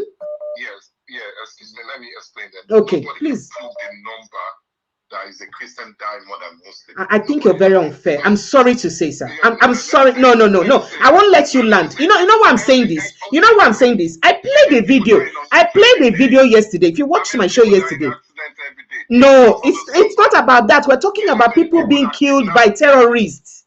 People killed by terrorists. Every day they're killing on motorway. Nobody counts all those numbers then. Nobody counts all those numbers. Oga, there are people, the ones that we have in the open. There are people that bandits, armed herdsmen go to their villages, sweep out the villages in numbers. How many Muslim communities have they done that compared to the Christian communities? That's the question. See, I don't want you to appear like you're insensitive to the people who's lost their loved ones. That's the way you're appearing. You're trying to make it look like, oh, everyone is dying. It's not fair. It's by who? Okay, so if Muslims are dying, who's killing the Muslims? If Muslims are dying, who's killing them? Who is killing them? What religion? Which religion the terrorists in the practice? That's what the US is saying. I want you to understand their points. The terrorists, them, where they kill them, what religion do they practice? I want to ask you another question. No, you just ignited the conversation. No vex. If, for instance, I'm coming. I did ask Mr. Chilaka a question today. If, for instance, you know that the southern Nigeria, especially south and southeast, I'm not going to say southwest now. South and southeast are predominantly Christians. Assuming there are groups of youths aggrieved from south and southeast Nigeria, who make it a duty to invade homes in villages in predominantly Muslim southwest areas, a particular village in southwest, for instance, Yoruba, that is predominantly Muslims, and enter there, burn their houses, kill all of them. And they do same thing to northern Nigeria. Do you think the story will be the same? I beg, no vex. It will be. It will not be the same. So why are you trying to water down? You're deflating the conversation, and that's very unfair. And I'm going to play that video again. I played the video of the Reverend Father yesterday. He had names, over 500 names of people who were killed in one grave. Show me a grave like that where Muslims were buried like that. Precious. Sir, let him finish, sir. Sorry, sir. Go ahead. No, it's not you. Just go ahead and land, sir. The guest wanted to chime in. All those killings that are going on in Nigeria is politics. With human lives? With human lives? They are playing. Yeah, all those politicians are playing politics. We don't know, but if that is the case, and that's what US is saying, that it's got to stop. This thing is going on. If they don't like this region that was ruling, they'll play the politics. At the end of the day, people are dying in Nigeria. Let's be honest. I live in Nigeria. I don't want, like me, I always tell people I don't like to come to Nigeria because of security. You follow the fear your security now. People need to die like that. No, I'm saying like it's only bandits, like road police are killing people. Should that be? Should that be? So Nigeria needs to be changed because their mindset they have to change. The government has to change their mindset of citizens. It's not about okay, if you kill the terrorists then in the north or the state, what about the people that in south that kidnap their own Igbo, their own Yoruba people? So are you going to say, okay, it's Hausa people? No, it's a mindset. No. Did you see the US? We're talking about the US invasion and the reason for the invasion. Did you hear the US? Did you hear the US mention? Did you hear? No, we're capitalizing on that. We're talking about, do you even know? I'm sorry, but what you're doing, you're being unfair. We're talking about human beings going at the middle of the night into villages and setting people's houses ablaze. Burning people inside their houses, and those people have a particular religion, and the people they're attacking have another religion, and you're deflecting the conversation. That's very unfair. Please. Okay, 1 second, please. What happened in River State when the soldier went to kill people then.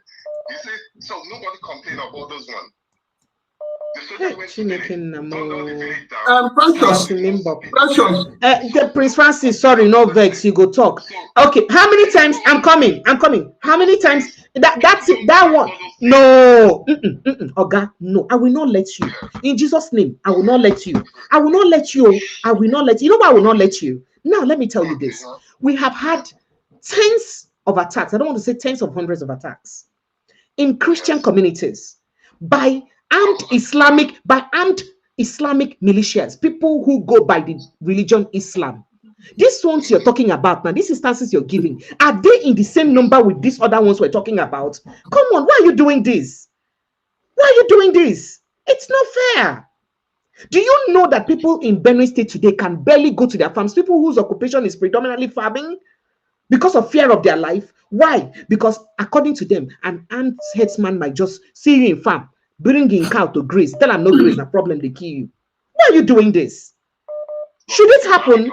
Should we not have government? Should we not have governments who should put things in order? This in any way does not have to do with President Bola Ahmed Tinubu. Please, I beg you. This far precedes his administration. It is way before his administration. We're talking about the government of Nigeria generally over the years, their inability of tackling these issues. It shouldn't persist. I shouldn't be afraid of going to my farm. I shouldn't be afraid of going about my livelihood. No, because most of those killings are going on. The government is benefit because if you understand, they'll take money. Then why are you now angry that the US want to help you stop it? I want to understand what the fear is. Why are you not angry? Okay, oh, it is bad though. Both Christians and Muslims are dying. Everyone is dying, Abi. Why are we not scared that what's their name? US now say, okay, we want to come and stop the killing, pata. No matter who they kill. Understand that no country that US went to that's gonna be. You don't get my point. That's one. Yes, we know that no country. Yes, we know. Of course, I have all that. I don't look like an informed person.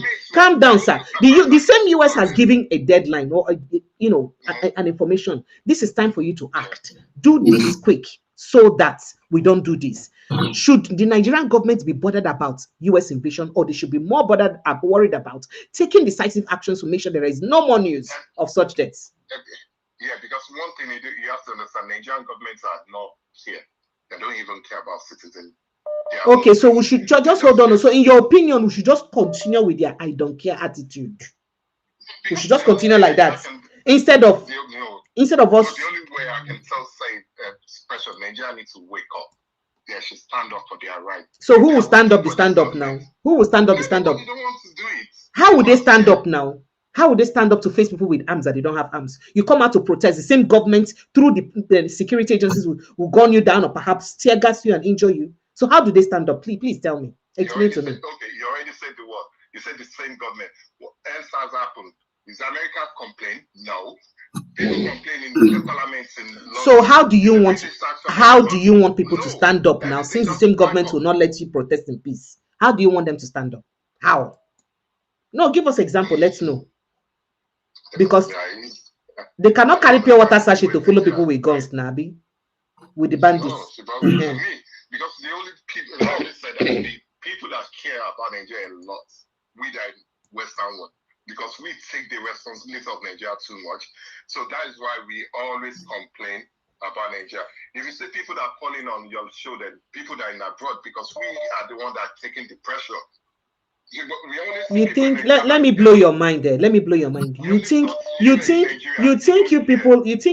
abroad. You think you people abroad actually care because you bring money, Abi, and maybe you send funds. Calm down, brother. Calm down now. You they sabi they talk. You go they calm down. You see, let me tell you something. If you send like $1,000 every month to Nigeria, I personally in Nigeria, I dash people up to $2,000 monthly in Nigeria. There is no day I don't help one person or the other in this country. No day. I get messages, oh, my house rent, oh, my this, oh, my that, oh, feeding from village, from here, especially because of the job I do. Every time I get DMs of people begging me something, and the kind of heart I have, I don't even know how to say no, no matter how little I give. So don't make it look like it's only you people. We here is biting us very well. We know the amount of help we give every day. It's not because we don't talk about it. It's not because we don't talk about it. So we too, we help. And if things are in proper perspective in Nigeria, we don't have to be spending. I know what I don't use that money to do for my life. But I can't keep that money and see someone dying of lack of medication and I don't help. Or see someone dying of hunger and I don't help. I can't. I won't even enjoy that money. I must help. So the point I'm making is that we all suffer it. And now the reason I had to take you heads on this conversation, it's not because I'm taking sides with the United States. No way. I'm trying for us to be as fair as possible. Has there been killings, largely more of a particular religion? That is true. You're trying to deflect on that. The statistics on ground, I did not say that only Christians have died in Nigeria. No. But I said the percentage of people that have died in Nigeria or that are dying in Nigeria are more of Christians. And you know that. And you know that very well, and you're deflecting on it. That's no, you were, but you know that, but you refuse to accept it. You're not, so if 1,000 Christians die, and if 1,000 Christians dies and 200 Muslims die, and you just say, oh, Muslims are dying too now, it's unfair to the Christians who have lost 1,000. Okay, how do you know that people that die in Nigeria is a Christian? How do you know that Plateau State and Benue State, where you have had more death in their numbers, are predominantly Christians? Okay, they keep people in Kano. 90% of them are Christian. Oh, please. Oh, please. Oh, please. I say, how do you know that the people who have faced this insurgency the most, Plateau and Kano State, are predominantly Christians? How do you know that? Do you need a prophet to tell you? I appreciate your time, by the way. My guest wants to chime in on the conversation. Thank you so much. Precious. Thank you, bye. Sir? You know, when you try to defend whatever APC, I'm not going to be talking about this government. When you try to defend APC in whatever policies they are following, you begin to behave like a mad person. You begin to speak out of tone. And, you know, it's unfortunate. But you see, for me, I don't even know why everybody's making noise about this whole thing. If, agreed, Muslims are also being killed, mosques are being burned in the north, en masse, as they want us to believe, then, you know, it takes nothing away, you know, from Trump's warning tweet. Go after the killers. Whoever they are, the government should go after them. The government should secure the country. Rather than all this brouhaha everybody's talking about. So I expect that, you know, any reasonable person will tell the government, good, Muslims are being killed, just as Christians are being killed. Who are these killers? Are they invisible? So what everybody should be telling the government now to do is to take advantage of the warning tweet of Donald Trump and go after these killers. Make them known. Arrest their sponsors. And then you will end this whole menace. Thank you so much. Thank you, sir. Let me quickly take a few more calls. Hello, good evening and welcome. Yeah, good evening, Precious. Yes, you're welcome. Kindly help make it quick. Kingsley, you're welcome. I think it's time to remove internet from Nigerian people. Why?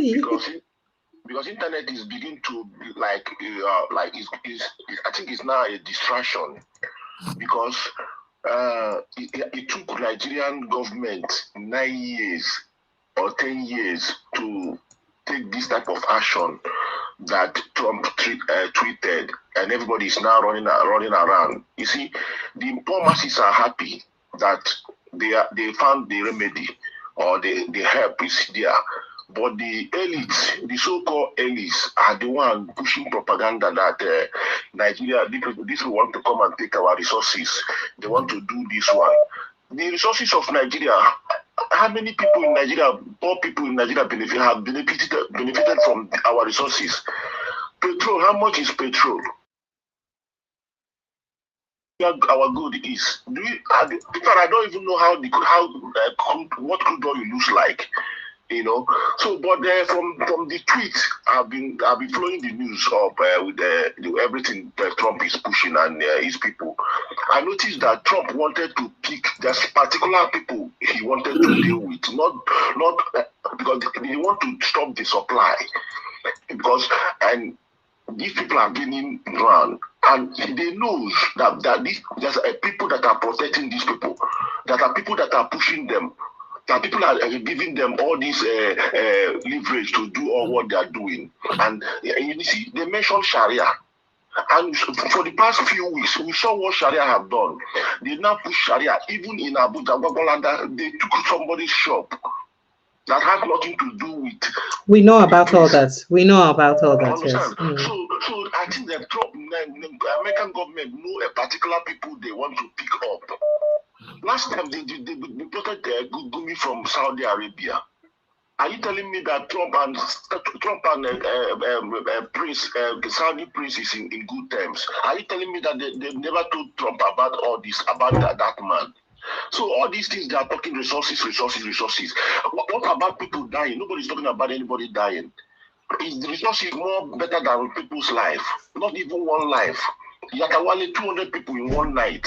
So many people, so many deaths everywhere, and people are talking about resources. Nigerians, it's time to take away this internet from them. It's becoming a distraction. That's all I say. Thank you. I want to say here. So Trump and his people, let them come in and save Nigerians from deaths. Nigeria has become the land of the dead. That's what. That's let nobody come. Let Nigerian government act now. That's what we want. Yeah, but I appreciate your time. Who are the people that are going to act? Is it the army? They already repented Boko Haram and insurgency. Thank you. Thank you so much. Are they the ones that are going to do anything? Thank you. Thank you so much. Thank you. I appreciate you. Thank you. Hello. Good evening and welcome. Hello. Hello. Yes, please. Welcome. Yes, please. Welcome. Go ahead, please. Yeah, good evening, Mr. Chilaka. He can hear you. Please help us make it quicker. Our time is already up. I feel like saying that when you see me, now you go make it quick. Not because I say I see you. If you check now, make you stay well. I go avoid you. I go avoid you. Thank you. Go ahead, sir. My name is Chicks. Chicks, you're welcome. Go ahead. You know, the problem with Nigeria is we keep lying to ourselves. Okay. In a secular country, I remember a few, I think over a week ago, I asked you, what is the full meaning of secular country? That I will live in a country that is practicing Sharia, that has nothing to do with me. That a particular people will go to somebody's land, massacre them, chase them out of the land, and you are arguing with somebody here. How do we know that it is Christians? Even if it is not Christians, for you to go to somebody's land and chase them away, that is terror. And Nigeria is joking with this. Let them not forget that America told them that anywhere terror exists and they felt that it's a threat to them, they will go there. Let them continue to sing, we are a sovereign nation. When you go to take money from them, you are not a sovereign nation. It is only when you are to do your part, you remember you are a sovereign nation. It is quite unfair. Thank you. Let Nigeria use this opportunity to deal with all this nonsense, because I don't understand why I will live in a country and they keep terrorizing me because I'm not a Muslim. That is wrong.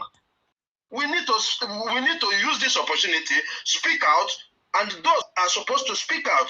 All these people we call leaders, speak out. Let us sit down and iron this out. We cannot have two laws operating at the same time. This is wrong. That's all I have to say. Thank you. Thank you so much. So while I take this call and I wait to respond to you, please. So this particular person, I don't see this your message, Junior B, and I will respond to you. Say, what has Islamist got to do with farmers' headers? And let me ask you this question: if my brothers from the south, Niger Delta boys, goes to your village, I want to see because I see that you're very empathetic towards the north or Fulani, right? And they go to a village in the north, predominantly occupied by Fulanis, always burn their houses, kill them in their numbers, and they are Christians. You understand? And the people that attack the most are always Muslims. What would you say? Religion will not come into it, Abi. You see this, your hypocrisy. You just be keeping your face forward like this. So the question is that the people who are doing this terrorists, what is their faith? What is their religion? Why are all of them Muslims? And why is it that majority, or at least high percentage of their victims are Christians? This is the question. They don't go churches. Different Christian bombings, they don't happen. 2023, when President Bola Ahmed Tinubu just came into government, you know what happened on Christmas Eve in Plateau State? Scores of Nigerians died because they were going to worship their God. How many times has that kind of thing if a Christian militia group were to do that to any Muslim church, anybody Muslim in a mosque, what would be the response? Why are you people being hypocritical with the truth and you not just face the truth? Good evening, Jerry, and welcome. Good evening, sir. Sir, I'm fine, thank you. Please help me increase the volume of your voice a little bit. This is Captain Richard. Captain Richard, it's been a long time, from Netherlands, right? Yes. You're welcome, sir. I called you because of what is going on about Trump. Okay. See, first of all, I want to thank you for your good work. You are trying a lot, so believe me, sir. I still wonder why you never fall sick in this Nigerian issue. And they fall sick, they wake up again. I envy you. Thank you, sir. Prince Chinyaka, thank you for your good work. I have been admiring you. Please, I have a little token for you. Make you, Precious, give you my number. I beg. They don't try how to contact with you. I'll do that. I want to make it brief. Precious, we will talk another time. But I want no to problem. Make it please, very brief. Because I'm stopping this show in the next 10 minutes. Of Trump, possibly. Nigeria. It doesn't matter whether I'm Christian or Muslim, then they kill. Must they kill somebody for Nigeria? That's the I point. want people to understand this. It's not a matter of supporting APC or being obedient or being PDP or whatever. Must people be killed in Nigeria? Must people be killed in Nigeria? These people don't do this thing as a business. So if Trump saying this thing will make them to come back to their senses, let it be. So I wonder what people they write for comment section trying to defend this thing, saying Trump is coming to take our resources or they are about. Who cares? Is the poor people benefiting from the resources? No. Put me anywhere. We are to protect the citizens. Here I am. We are protecting the citizens. If there is any war, we are going to protect the citizens. We have laid down our life. Why would Nigerian military don't understand this thing? Since they have signed this, let them lay down their life and protect the people. So what I'm saying in essence is this: make them stop that business what they do with the human lives. Make them face reality. Let them stop the insecurity. And who is Trump going to tell Nigeria what they go do? Very simple. Who is the America or who is the European telling Nigeria what to do? Whether a Christian, whether a Muslim, whether a pagan, whether a herbalist or tradition that they kill, let them end the insecurity business. Full stop.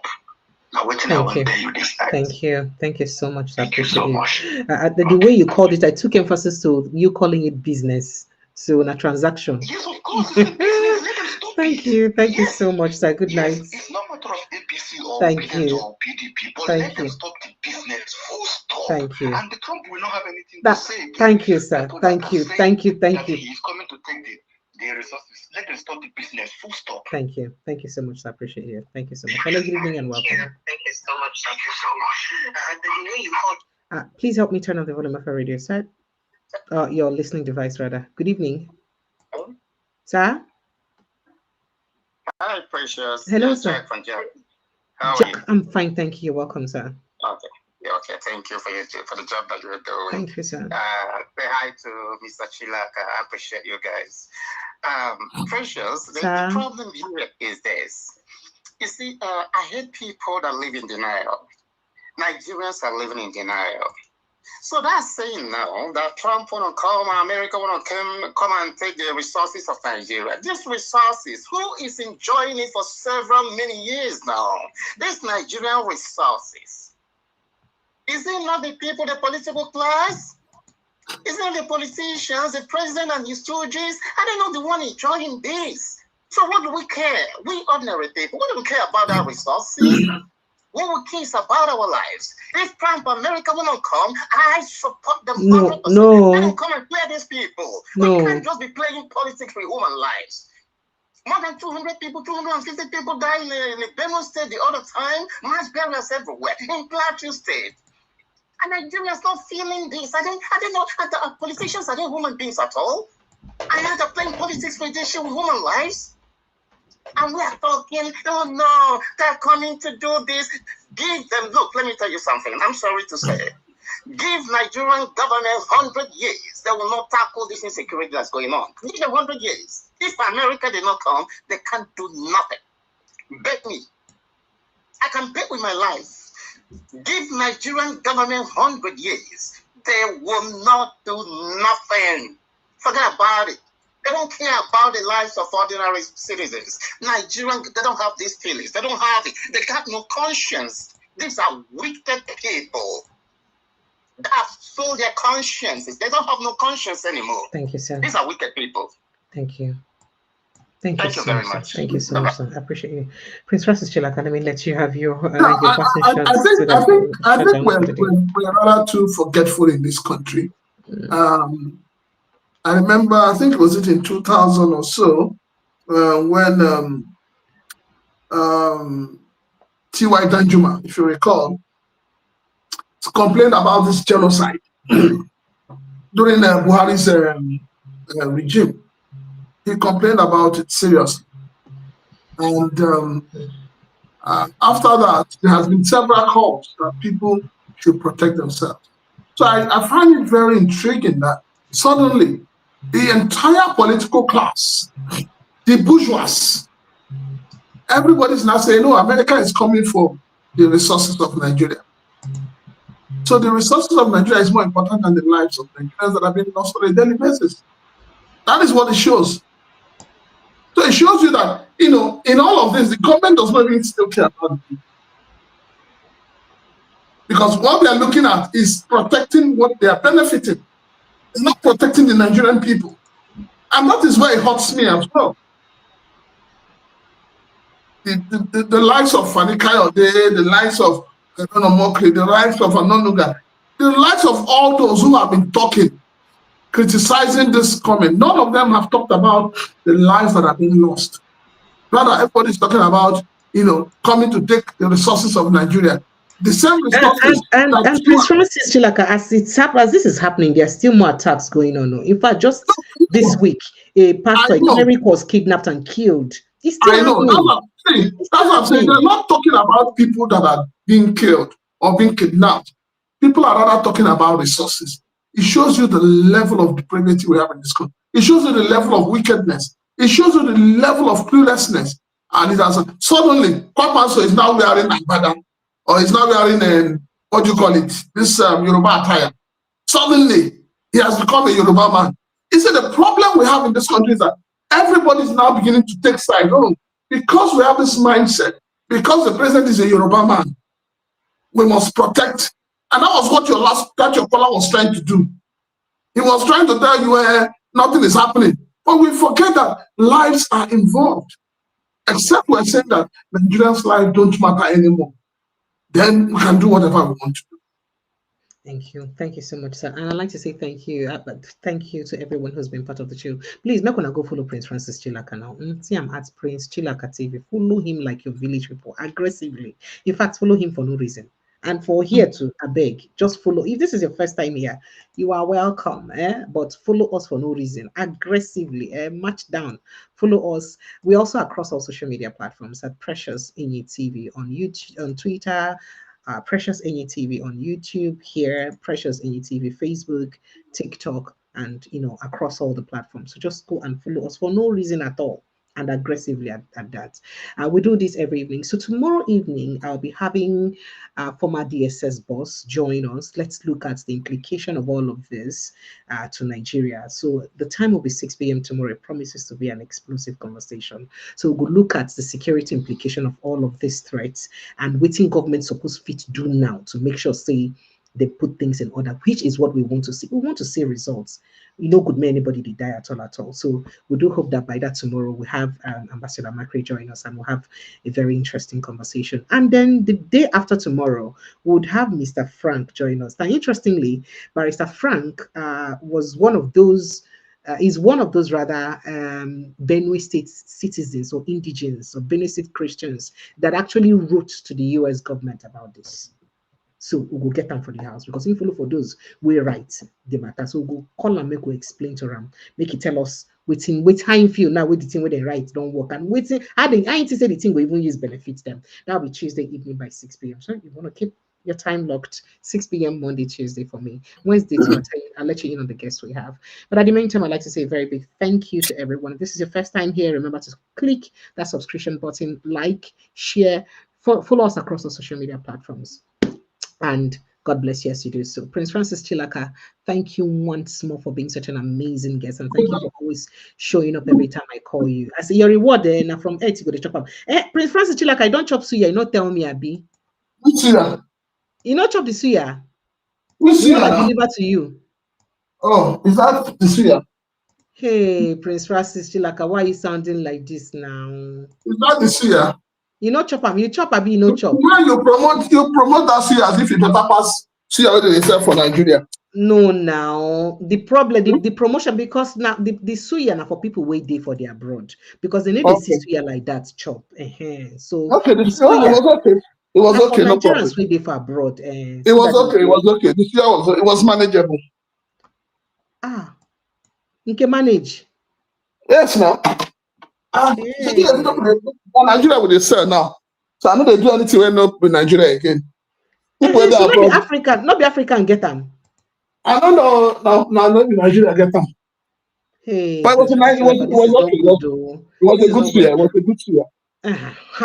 So yeah, when people chop, in a chop on chop too. Well, if you're in the United States, kindly just go and call up Mr. Kange Black. I think he said he's in Dallas, Texas. 4696786245. That's his number. Call him up. I hear he does free delivery across all the states of the United States. So grab yourself a suya, and take one beer for my head. When I come, I go pay. Anywhere you are, just take one beer along with the suya. I'll pay for the beer while you pay for the suya. Prince Francis Chilaka, thank you once more. I appreciate you. Why you do me Yimu sign, sir? When I say take one beer, why did you give me Yimu sign? Good night. Good night, sir. God bless you, sir. Thank you so much. Nigerians, thank you so much for being part of the conversation. Thank you. I mean, if I don't make you vex on this platform, no vex. We do this all the time. I mean, let's continue to speak for the growth and development of our country, Nigeria. Till tomorrow, I'll see you again. At the meantime, have yourself an amazing evening. Remember to protect your mental health anyway, because Wahala need to finish you. Good night and God bless you.